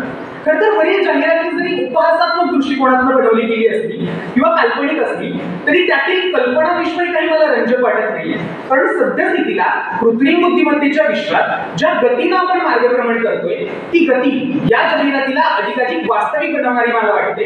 आणि म्हणून कदाचित भविष्यात आपल्यालाही हातात 5 स्टार कॅडबरी घेऊन या विद्यापीठात प्रवेश घेण्याची वेळ येऊ शकते. ही शक्यता काही नाकारता येत नाही. अर्थात मानवाच्या अस्तित्वासाठी ही कृत्रिम बुद्धिमत्ता आज संहारक ठरते असं माझं परखड मत निर्माण होतंय आणि त्याचंच समर्थन तुमच्या सगळ्यांसमोर करतोय. नमस्कार, कोड क्रमांक BB 12 प्रस्तुत विषयाची प्रतिकूल बाजू मांडतोय, कृत्रिम बुद्धिमत्ता माणसासाठी संहारक. मित्रांनो, मानवी बुद्धिमत्ते इतकी सक्षम कृत्रिम बुद्धिमत्ता बनवण्याच्या हेतूनं तंत्रज्ञानामध्ये आपण प्रगती सुरू केली, अनेक दशकं संशोधनासाठी केली आणि आज इतक्या वर्षानंतर तंत्रज्ञानामध्ये इतकी मोठी प्रगती केल्यानंतर हीच कृत्रिम बुद्धिमत्ता मानवी बुद्धिमत्तेला मागे टाकून आपल्यावरती एक वर्चस्व निर्माण करण्याचा प्रयत्न करते. मग सोफिया या यंत्रमानवाला सौदी अरेबियाचं दिलं जाणारं नागरिकत्व असो किंवा केरळमध्ये सुरू झालेली पहिली AI शाळा, या सर्व घटना कृत्रिम बुद्धिमत्तेचा वाढणारा गाभा स्पष्ट करताय. आणि इथपर्यंतच मर्यादित न राहता मानवी जीवनाच्या बेसिक तत्वापर्यंत आणि हावभावांपर्यंत या कृत्रिम बुद्धिमत्तेचा जो हस्तक्षेप होऊ लागलाय आणि मानव आणि कृत्रिम बुद्धिमत्ता यातला फरक, तेव्हा यातली जी पुसटची रेष आहे ती नाहीशी होत चालली आहे ना, ती मला खरं तर आजच्या विषयासमोर एक खूप मोठं आव्हान वाटते. मग आज प्रस्तुत विषय संयोजकांनी कृत्रिम बुद्धिमत्तेला संहारक म्हणून का संबोधलंय याचा विचार करणंही तितकंच गरजेचं आहे. याचं सगळ्यात पहिलं महत्त्वाचं कारण म्हणजे या कृत्रिम बुद्धिमत्तेची सहज असणारी उपलब्धता आणि तिची गतिशीलता. म्हणजे झालंय काय तर आजच्या या धकाधकीच्या आयुष्यामध्ये जिथे प्रत्येक जण खूप व्यस्त झालाय, जिथे आई वडिलांना सुद्धा मुलांसाठी पुरेसा वेळ मिळत नाहीये, अशा कालखंडामध्ये ही कृत्रिम बुद्धिमत्तेची माध्यमं आपल्यासाठी इतकी सहज उपलब्ध आहेत की मोबाईलच्या एका क्लिकवर आपण त्यांचा फायदा घेऊ शकतो आणि अत्यंत कमी कालावधीमध्ये आपल्याला आपल्या सगळ्या समस्यांचं एक असं सोल्युशन ज्याला म्हणतात ते पटकन मिळते. आणि म्हणून खऱ्या अर्थानं या कृत्रिम बुद्धिमत्तेच्या माध्यमांवरती मोठ्या प्रमाणात आपली निर्भरता वाढायला लागली आहे. अर्थात काय, मानवाला कुठेतरी माणसावरील निर्भरता संपुष्टात आणण्याचा प्रयत्न ही कृत्रिम बुद्धिमत्ता करत नाहीये ना, असाही प्रश्न माझ्यासमोर निर्माण होतोय. दुसरं महत्त्वाचं कारण म्हणजे या सर्व कृत्रिम बुद्धिमत्तेच्या माध्यमांनी स्वीकारलेलं जेन झी स्वरूप. म्हणजे झालंय काय तर आजच्या जेव्हा आपण सोशल मीडियाच्या काळाचा विचार केला तर सोशल मीडियाने सुरुवातीच्या काळामध्ये आपल्याला लोकांशी संवाद घडवून दिला. पण हा संवाद घडवून देत असताना ही सोशल मीडिया आपल्याला एक भावनिक आधार देऊ शकत नव्हती, जी की माणूस म्हणून आपल्या सगळ्यांची एक बेसिक गरज आहे. हीच कृत्रिम बुद्धिमत्तेला ही गोष्ट घेतली आणि मग अनेक स्वरूपातनं ही कृत्रिम बुद्धिमत्ता मानवाचा इमोशनल पार्टनर होण्याचा जो प्रयत्न करते किंवा माणसाची इतर माणसांवरील निर्भरता संपुष्टात आणण्याचा प्रयत्न करते, ती खऱ्या अर्थानं मला एक खूप खेदाची बाब वाटते आणि येणाऱ्या काळासमोरील आपल्या समोरील एक खूप मोठी धोक्याची घंटा वाटते. मग स्नॅपचॅट मधल्या माय AI या चॅटबॉटने रितिका नावाच्या 14 वर्षीय मुलीला तिच्या मासिक पाळीच्या वेळी दिलेला भावनिक आधार असो, तिची घातलेली समजूत असो किंवा डेटिंग ऍप्सवर AIGFच्या प्रेमात पडणारी असंख्य मुलं असो, ही सर्व उदाहरणं कृत्रिम बुद्धिमत्तेचा वाढणारा गाभा स्पष्ट करतायत. मुळातच मी ते कृत्रिम बुद्धिमत्तेच्या भूमिकेला मूळतः चुकीचं ठरवण्याचा प्रयत्न करत नाहीये, पण या सर्व उदाहरणांची चिंता करावी की त्याचं कुतूहल वाटावं असा साधा प्रश्न मला पडतोय. मित्रांनो, आजच्या काळात झाला असताना त्या कृत्रिम बुद्धिमत्तेच्या हाती मानवी सभ्यतेच्या उत्क्रांतीमधील सगळ्यात महत्त्वाचं शस्त्र हाती लागलंय, ते म्हणजे भाषा. ही कृत्रिम बुद्धिमत्ता मानवी भाषा समजून घेऊन फक्त त्याचा आकलनच करू शकत नाही, तर स्वतःची अशी बायनरी कोड, स्वतःची भाषा निर्माण करू शकते जी मानवाला न समजणारी आहे. आणि या भाषेच्या माध्यमातून सुद्धा माणसाला कोणीतरी मागे टाकून स्वयंचलित बनण्याचा किंवा स्वयंस्फूर्त बनण्याचा प्रयत्न तरी कृत्रिम बुद्धिमत्ता करत नाहीये ना, असा साधाही प्रश्न मला माझ्या समोर निर्माण होतोय. माझ्या अनेक प्रतिस्पर्ध्यांनी मानवाकडे विचार करण्याचं स्वातंत्र्य आहे, माणूस विचार करतो हे सांगितलं, पण येत्या कालखंडामध्ये जेव्हा आपले सर्व निर्णय, आपल्या सर्व भूमिका त्या कृत्रिम बुद्धिमत्तेच्याच विचारातून चालतील आणि ही कृत्रिम बुद्धिमत्ता मानवाला विचार करण्याची सुद्धा मुभा देणार नाही किंवा एक वैचारिक निष्क्रियता, ज्याला थिंकिंग इनॅबिलिटी असं म्हटलं जातं, ही आपल्यावरती लागेल, तेव्हा आपण नेमक्या कोणत्या विचारात नवीन क्रांती घडवणार आहोत असा साधा प्रश्न मला माझ्यासमोर निर्माण होतोय. माणसाच्या मानसिक जीवनाचा व वैयक्तिक जीवनाचा पण विचार केला तर आज कृत्रिम बुद्धिमत्तेचा हस्तक्षेप मानवाच्या वैयक्तिक जीवनामध्ये मोठ्या प्रमाणात वाढू लागलाय. जपानचं उदाहरण आपण घेतलं तर जपानचा जन्मदर हा दरवर्षी मोठ्या प्रमाणात खाली पडताना आपल्याला दिसतोय. तिथल्या जनतेमध्ये कामातून निर्माण होणारं नैराश्य, त्यातून येणारा तणाव, जोडीदाराची कमतरता, अशा अनेक गोष्टींचा प्रभाव त्यांच्या लोकसंख्येवरती पडतोय. आणि आता याच गोष्टींचा त्या संकटाला सामोरं जाण्यासाठी जेव्हा जपानमध्ये कृत्रिम बुद्धिमत्तेच्याच आधारावरती बनलेले AI सेक्स रोबोट्स मार्केटमध्ये येतात आणि लोकांना व्हर्च्युअलरित्या येऊन सुख देण्याचा प्रयत्न करतात, तेव्हा आपण निसर्गाने दिलेल्या मानवी सहसंबंधाच्या नात्यामध्ये कुठेतरी शिरच्छेद करण्याचा प्रयत्न करत नाही होत ना, असा साधा प्रश्न मला निर्माण होतोय. एकच लक्षात घ्या, जेव्हा मानवामध्ये आणि निसर्गामध्ये कोणत्याही तंत्रज्ञानाने हस्तक्षेप करण्याचा प्रयत्न केला आणि हा संवाद शिगेला पोहोचला किंवा निसर्गाने मात्र या तंत्रज्ञानाचा नाश केला, तर त्यासोबत मानवावरती आणि मानव प्रजातीवरती सुद्धा खूप मोठा प्रभाव आजपर्यंत होत आलाय. आणि मला वाटतं हे मान्य करण्यासाठी आता कृत्रिम बुद्धिमत्ता एक समस्या आहे हे मान्य करणंही तितकंच गरजेचं आहे. झालंय असं ना की आज जागतिक राजकारणामध्ये कृत्रिम बुद्धिमत्ता ही महासत्ता राष्ट्रांसाठी एक वर्चस्ववादाचं एक साधन बनली आणि म्हणून विकसनशील राष्ट्रावरती महासत्ता राष्ट्र एक वर्चस्व निर्माण करू पाहत आहे. आणि या सगळ्या शर्यतीमध्ये कुठेतरी नैतिकता मागे पडत चालली आहे आणि काय चांगलं आहे आणि काय चुकीचं आहे हे समजून घेण्याची किंवा हा फरक करण्याचा जो विवेक आहे हा कुठेतरी हरवत चाललाय. येत्या कालखंडामध्ये कृत्रिम बुद्धिमत्ता आणि माणूस आणि निसर्ग यातील फरक करण्याचा विवेक आपल्यामध्ये जागृत होणं फार गरजेचं आहे. जोवर तो जागृत होत नाही तोवर कृत्रिम बुद्धिमत्ता आणि मानव किंवा माणूस कृत्रिम तर होणार नाही ना, अशाही अनेक भीती येत्या काळात वर्तवल्या जातील. या भीतींना जर आपल्याला कुठेतरी बाजूला सारायचं असेल तर येत्या कालखंडामध्ये आपल्याला सामूहिकरित्या जागतिक पातळीवरती सगळ्या राष्ट्रांना एकत्रित घेऊन ग्लोबल डिजिटल कॉम्पॅक्ट यासारख्या संघटनांमध्ये एकत्रित घेऊन काही भूमिका घेण्याची गरज आहे. ती येत्या कालखंडामध्ये त्या भूमिका आपण घेऊन इतकाच आशावाद व्यक्त करतो आणि थांबतो. आभार. धन्यवाद. पुढील स्पर्धक आहे तेरा तयार आहे. शेवटचा संघ आहे, त्यानंतर पहिल्या मुलीने 2 मिनिट बोलायचं आहे.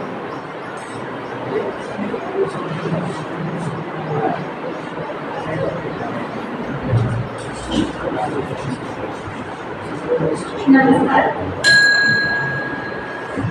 अश्मयुगीन काळात माणूस जंगलात राहायचा आणि चिमणी गड्ड्यात राहायची. चिमणी आजही गड्ड्यात राहते, मात्र माणूस जंगलापासून गाव, शहर आणि महानगरात होऊ लागला. त्याने हा बदल कधी सातत्याला दिलेला झेड म्हणून, तर कधी गरज म्हणून, तर कधी नाईलाज म्हणून स्वीकारू लागला. आणि या बदलाला त्याने कधी परिवर्तनाचं, कधी विकासाचं, तर कधी प्रगतीचं नाव देत गेलं. आणि हा बदल त्यांनी कशावरून त्यांनी साधला गेला तर तो त्याच्या बुद्धिमत्तेवरून. तर मला वाटतं या माणसाच्या पूर्ण प्रवासामध्ये जर सगळ्यात महत्त्वाचं कुतूहलाचं जी कोणती गोष्ट आहे ती म्हणजे बदल. आणि तो बदल त्याने कसा मला वाटतं कोणताही बदल जर माणसावरती लादला जातो तेव्हा तो कुतूहल नसून तर तो बदल चिंतेची जागा घेऊ लागतो. हा प्रश्न विचारायचा आहे. हा बदल आपल्यावर लादला गेला की आपण तो स्वीकारला? म्हणून सगळ्यांचा ज्याचा विवेक जागा आहे त्यांनी स्वतःहून हा विचार स्वतःला विचारायचा की आपण ही जी कृत्रिम बुद्धिमत्ता जे तंत्रज्ञान आहे आपण स्वीकारलंय की ते आपल्यावर लादलं गेलंय. म्हणून मी या विषयाने स्पर्धेत कोड क्रमांक 13 इथे कृत्रिम बुद्धिमत्तेची अनुकूल बाजू मांडताना सांगते. कृत्रिम बुद्धिमत्ता म्हणजे काय? तर कृत्रिम बुद्धिमत्ता म्हणजे यंत्राच्या बुद्धिमत्तेचा संदर्भ. कधी यंत्र मानवासारखा वागू शकेल का? मानवाच्या वर्तनाचं अनुकरण करू शकेल का? यातूनही नवीन ज्ञानशाखा निर्माण झाली. आणि या विषयाचा जेव्हा मी अभ्यास करायला लागले तेव्हा वर्तमानपत्रांमध्ये सगळीकडे याचे नकारात्मक लेख मला पाहायला मिळाले की कृत्रिम बुद्धिमत्ता माणसाला कशी घातक ठरते. आणि त्यामध्ये मुख्यतः महत्वाच्या काही महत्वाच्या कोणत्या चिंता होतात तर ती रोजगाराची चिंता की माणसांचा रोजगार गमावला जाईल आणि जागतिक स्तरावरती मनुष्याचा गणित कोलमडू लागेल. दुसरी भीती अशी की याच्यामधून चुकीची माहिती प्रसारित केली जाऊन ताणतणावाचे वातावरण तयार होईल. आणि तिसरी महत्वाची चिंता म्हणजे कोणती तर आभासी जगाच्या आणि वास्तवाच्या सीमा धूसर होतील आणि मानवाप्रमाणे संवेदना असणारी एखादी यंत्रणा निर्माण होऊन मनुष्य जातीवरच प्रश्नचिन्ह निर्माण होईल का? तर मला ही भीती फोडताना सांगायची की ही पूर्ण चिंता आणि पूर्ण भीती अनन्य आणि निरर्थक आहे. कारण लक्षात ठेवा मॅकेन्सी ग्लोबल इन्स्टिट्यूटच्या अंदाजानुसार 2030 मध्ये जवळपास 50 मिलियन पर्यंत रोजगाराच्या संधी उपलब्ध होतील असा ते अंदाज करत होता. स्टडी सी रिपोर्टनुसार जर आठवड्याला 4 करोड इतके विद्यार्थी युवक लिंक्डइनचा वापर करतात, ऑटोमेशन सॉफ्टवेअर आणि सर्व क्षेत्रामध्ये जी फसवेगिरी होते ती फसवेगिरी थांबवण्यासाठी कृत्रिम बुद्धिमत्तेमध्ये मोठ्या प्रमाणात मनुष्यबळाची गरज भासणार. म्हणजे तेवढ्या प्रमाणात रोजगाराच्या संधी उपलब्ध होताना दिसत आहेत आपल्याला. मग इथे रोजगार हिरावला जाईल अशी चिंता किती निरर्थक आहे. दुसरी भीती अशी की मानवाप्रमाणे जर कृत्रिम बुद्धिमत्ता वापरू लागली तर काय, म्हणजेच आभासी जग जर ते निर्माण झालं तर काय. तर मला सांगायचं आहे की वर्तमानात मानवाने ज्या विज्ञानाच्या सहाय्याने विकास साधला तो विज्ञान निसर्गाच्या विज्ञानाच्या तुलनेत कुठेतरी खूप स्वल्प आहे. कारण निसर्गाचं विज्ञान हे कोट्यावधी वर्षांपासून विकसित होत आलं आणि त्यामुळे त्यातील प्रत्येक घटक हा तारांशिवाय जोडला गेला आणि कृत्रिम बुद्धिमत्तेमधला प्रत्येक घटक हा तारांसोबत जोडला गेलेला.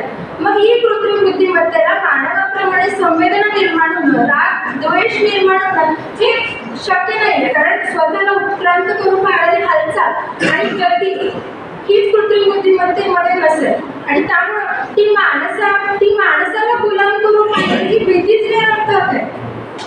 कारण लक्षात ठेवा भारताचं भविष्य म्हणजे भारताचा विद्यार्थी आणि त्या विद्यार्थी दशेतून जाताना मला आलेल्या अडचणींमुळे मला असं वाटतं की कृत्रिम बुद्धिमत्ता ही माझ्यासाठी तरी वरदानाचं ठरली आहे. कारण NCRBच्या रिपोर्टनुसार लक्षात येते की भारतामध्ये सर्वात मोठ्या प्रमाणात आत्महत्याचा बळी हा विद्यार्थी होतोय आणि त्यातल्या त्यात भारतातील 14% आत्महत्या हा विद्यार्थी महाराष्ट्रातील विद्यार्थी करतो. म्हणजे समजतंय का आजचा विद्यार्थी किती तणावाखाली आहे. आणि ते निश्चितच आहे. कारण बघा एका वर्गामध्ये जवळपास 60 ते 70 विद्यार्थीपट असतो आणि प्रत्येक विद्यार्थ्याकडे त्या शिक्षकाला वैयक्तिक लक्ष देणं शक्य होणारच नाही. आणि म्हणून एका विद्यार्थ्याचा वैयक्तिक शिक्षक बनणारा मोबाईल म्हणजेच कृत्रिम बुद्धिमत्तेचा वापर करून घरात बसून अभ्यास करणारी दिव्या तोमरी आज IPS होते आणि अन्सार शेख हा IAS होतो. तर विद्यार्थ्यांसाठी तर ते वरदानाचंच काम आहे. कोळशाच्या खाणीमध्ये काम करणारा कामगार त्याला तिथली पूर्वस्थिती माहीत नसल्याने त्याला तिथे काम करायला जाऊन आपला जीव गमवावा लागतो.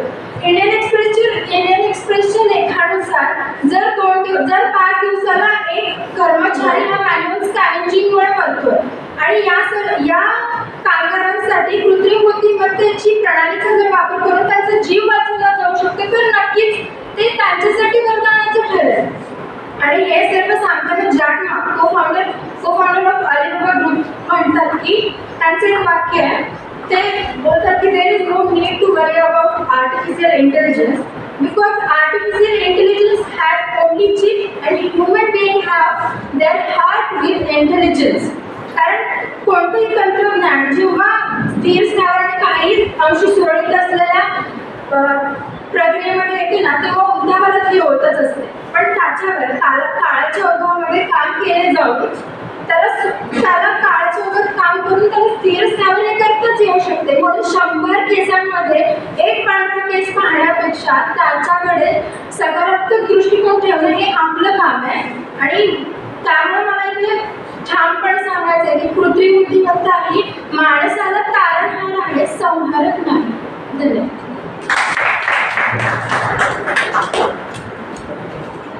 धन्यवाद. पुढील स्पर्धक आहे बीबी तेरा. बीबी तेरा.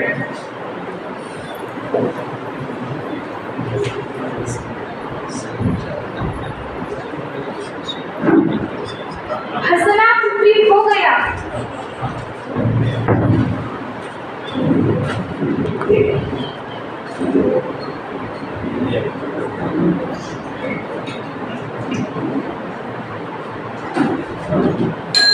हंसना कृत्रिम हो गया, बुद्धिमत्ता भी कृत्रिम, खान पान भी नकली मिले, अवसाद मिले दिन दिन. याप्रमाणे आज माणूस जगतोय आणि या कृत्रिम बुद्धिमत्तेच्या नवनवीन संशोधनातून स्वतःला देशाला विकसित देश बनवून पाहत आहे. परंतु या बदललेल्या बुद्धीच्या प्रगतीची परिमिती नेमकी कशामध्ये आहे, त्या बदलांचे संभाव्य धोके नेमके कोणते आणि भविष्यात ही कृत्रिम बुद्धिमत्ता मानवासाठी संहारक कशी ठरणार आहे, अशा काही मूलभूत प्रश्नांचा आढावा देण्यासाठी आज या व्यासपीठासमक्ष उभी आहे. नमस्कार, मी कोड क्रमांक 13 प्रस्तावाच्या प्रतिकूल बाजूने बोलते आहे. श्रोतेहो, या कृत्रिम बुद्धिमत्तेच्या स्वप्नवत क्रांतीमुळे आज अवघे जग बदलून आणि ढवळून गेले आहे. या कृत्रिम बुद्धिमत्तेने सर्वांच्या जीवनातील कामकाजाला सुलभता आणली आहे असं काही जण म्हणतात, पण तो आपला भ्रम आहे. उलट आपल्याला सर्वच बाजूने कमकुवत बनवून आपल्या मेंदूवर नियंत्रण ठेवलं जात आहे. ते कसं? तर हे तंत्रज्ञान एखादं काम आपल्याकडून आपली इच्छा असो किंवा नसो हे करून घेत आहे. आपणही नाईलाजाने तर कधी कधी अन्य पर्याय नसल्याने याच्या मार्गाने जात आहोत. ते याद्वारे एक प्रकारे मेंदूवर ताबा मिळवत आपली विचार प्रक्रिया आणि स्वातंत्र्य संकुचित केलं जात आहे. म्हणून ही कृत्रिम बुद्धिमत्ता मला एक संहारक वाटते. मानवी मेंदूवर ताबा मिळवणारी ही कृत्रिम बुद्धिमत्ता आहे तरी काय? तर एक अशी विचार प्रणाली जी आज मानवालाच म्हणत आहे, तुझ्यासारखा विचार मीही करू शकतो. तुझ्यातली सगळी गुणं माझ्या यंत्रामध्ये घेऊन तुझ्यापेक्षाही बुद्धिमान आणि शक्तिशाली बनू शकतो. याचंच नाव आहे श्रोतेहो कृत्रिम बुद्धिमत्ता अर्थात आर्टिफिशियल इंटेलिजन्स. नीती आयोगाच्या अहवालाप्रमाणे या कृत्रिम बुद्धिमत्तेने कृषी, शिक्षण, आरोग्य, वाहतूक, बँकिंग, मनोरंजन अशा विविध क्षेत्रांमध्ये परिवर्तन घडवून आणत आहे. परंतु माझ्यासाठी सगळ्यात महत्त्वाचं होणारं नुकसान कोणतं असेल ना, तर ते म्हणजे जसजसा या कृत्रिम बुद्धिमत्तेचा विकास होतोय तसतसा आपल्यामध्ये असलेल्या मानवी क्षमतांचा ऱ्हास होतोय. त्यामध्ये धैर्यानं सामोरे जाणं, जिद्दीनं पेटून उठणं, चिकाटीनं मेहनत करणं, दुसऱ्याला धीर देणं, एकमेकांच्या भावना समजून घेणं, दुसऱ्याला शिक्षकांकडून संवेदनक्षम माणूस घडणं, सेवेची वृत्ती ठेवणं, तर कष्टकऱ्यांच्या वेदना अनुभवणं, आईकडून संस्काराचे धडे घेणं, तर बाबांकडून कर्तृत्वाची थाप घेणं, ही सारी माणसाच्या आनंदाची गुणं ही कृत्रिम बुद्धिमत्ता आपल्यापासून पाहत आहे. हे माझे ठाम मत आहे. श्रोतेहो, आज प्रत्येकाकडे स्मार्टफोन आहे, प्रत्येक विद्यार्थ्यांकडे स्मार्टफोन आहे, पण शिक्षकांनी विचारलेल्या एका साध्या प्रश्नाचं उत्तर देण्यासाठी आज आमच्याकडे स्मार्ट माइंड नाही. याचं कारण ऐका. गुगलमध्ये डिझाईन ॲथिसिस्ट या पदावर काम करणारे ट्रिस्टन हॅरिस असं म्हणतात की एखाद्याचा विश्वास जिंकण्यापेक्षा त्याला मूर्खात काढणं कैक पटीने सोपे आहे. एखाद्याचा विश्वास जिंकण्यापेक्षा त्याला मूर्खात काढणं कैक पटीने सोपं आहे. आणि हे तंत्रज्ञान हाताळणारे टेक्नोगुरू हीच स्ट्रॅटर्जी वापरत आहेत. आणि आपण मात्र मेंदू गहाण ठेवून आयते, कृत्रिम आणि बोंधू होऊन गेलो आहोत. श्रोतेहो, वास्तविक कृत्रिम बुद्धिमत्ता ही मानवातील दुर्बलतेचा फायदा घेत तिच्या मनोविचारांवर ताबा मिळवत आहे. तेव्हा मला असं वाटतं ही एक प्रकारची प्रगतीच्या दिशेने नेणारी सुविधा नसून माणसाला अधोगतीच्या मार्गाने नेणारी एक गुलामगिरी आहे. कारण तुम्ही एखादी गोष्ट मोबाईलवर टाईप करत असताना तुम्ही पहिला शब्द टाकता तोवरच आपल्या समोर नवनवीन पर्याय उभे राहतात. जणू काही तुम्ही काही मेहनतच करू नका असेच या कृत्रिम बुद्धिमत्तेला सांगायचे असते. तेव्हा तुम्हाला काय पाहिजे यापेक्षा तुम्हाला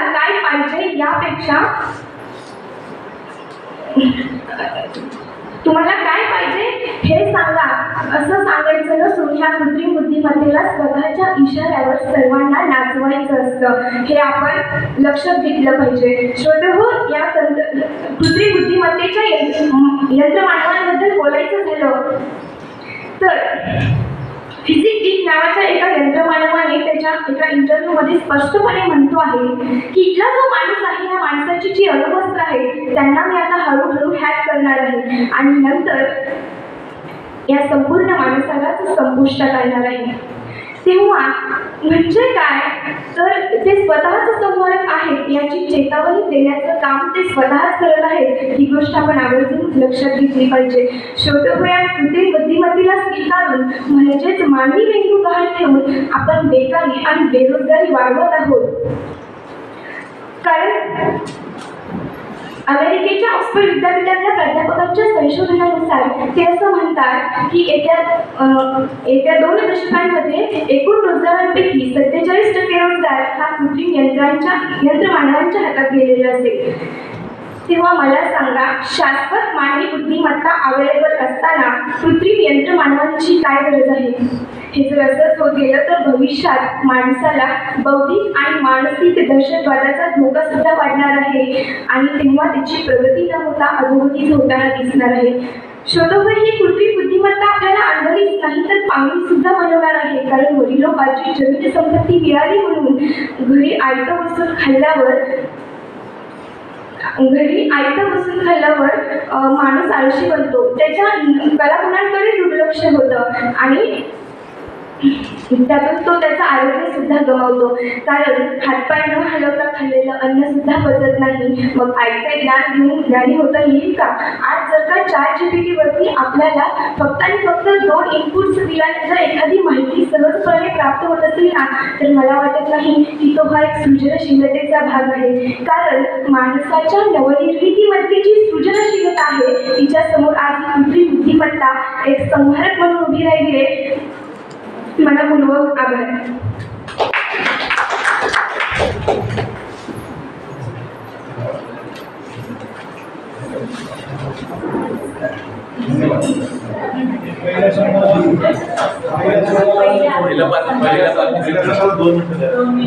पहिल्या स्पर्धकाला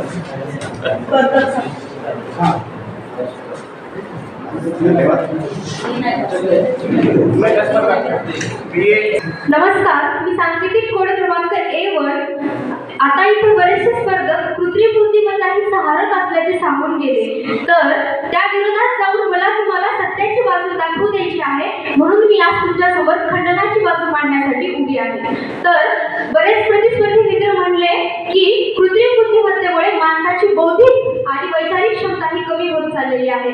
तर मला वाटतं की त्या ठिकाणी त्यांचा अभ्यास कमी पडलेला आहे. त्यांना मंथन करण्याची गरज आहे. कारण माणसाची बौद्धिक असेल किंवा वैचारिक पातळी असेल ही वाढत आहे. म्हणून तर कृत्रिम बुद्धीचा शोध या ठिकाणी लागलेला आहे. त्याचबरोबर कृत्रिम बुद्धिमत्तेमध्ये आता नवीन संशोधन होत आहे. तर संशोधन म्हणजे काय? विचार मंथन करून केलेली नवनिर्मिती म्हणजे संशोधन. याचा अर्थ नक्की नक्कीच कृत्रिम बुद्धिमत्तेच्या संशोधनातून मानवाच्या विचार प्रक्रियेला त्या ठिकाणी चालना मिळणार आहे. तसेच मगाशी एक प्रतिस्पर्धी मित्र बोलून गेला की त्याला समाजामध्ये लोकेशन ट्रॅकिंगमुळे बरेचसे गैरव्यवहार होताना दिसून येतात. तर त्याने नाण्याची केवळ एकच बाजू मांडली. नाण्याची दुसरी बाजू मांडत असताना मी या ठिकाणी ठामपणे सांगते की त्याच लोकेशन ट्रॅकिंगमुळे जर एखादी मुलगी संकटात असेल तर तिचा बचाव करण्यासाठी पोलीस यंत्रणा त्या ठिकाणी तात्काळ पोहोचू शकते.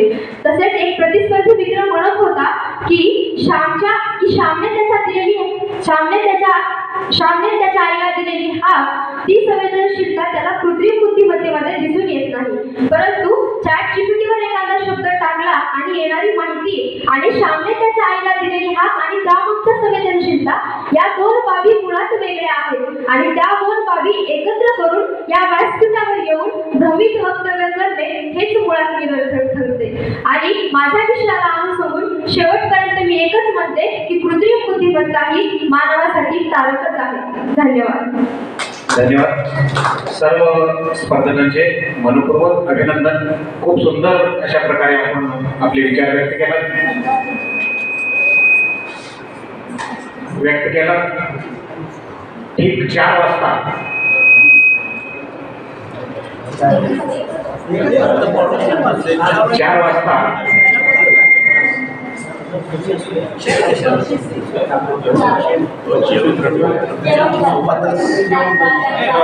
बक्षीस वितरण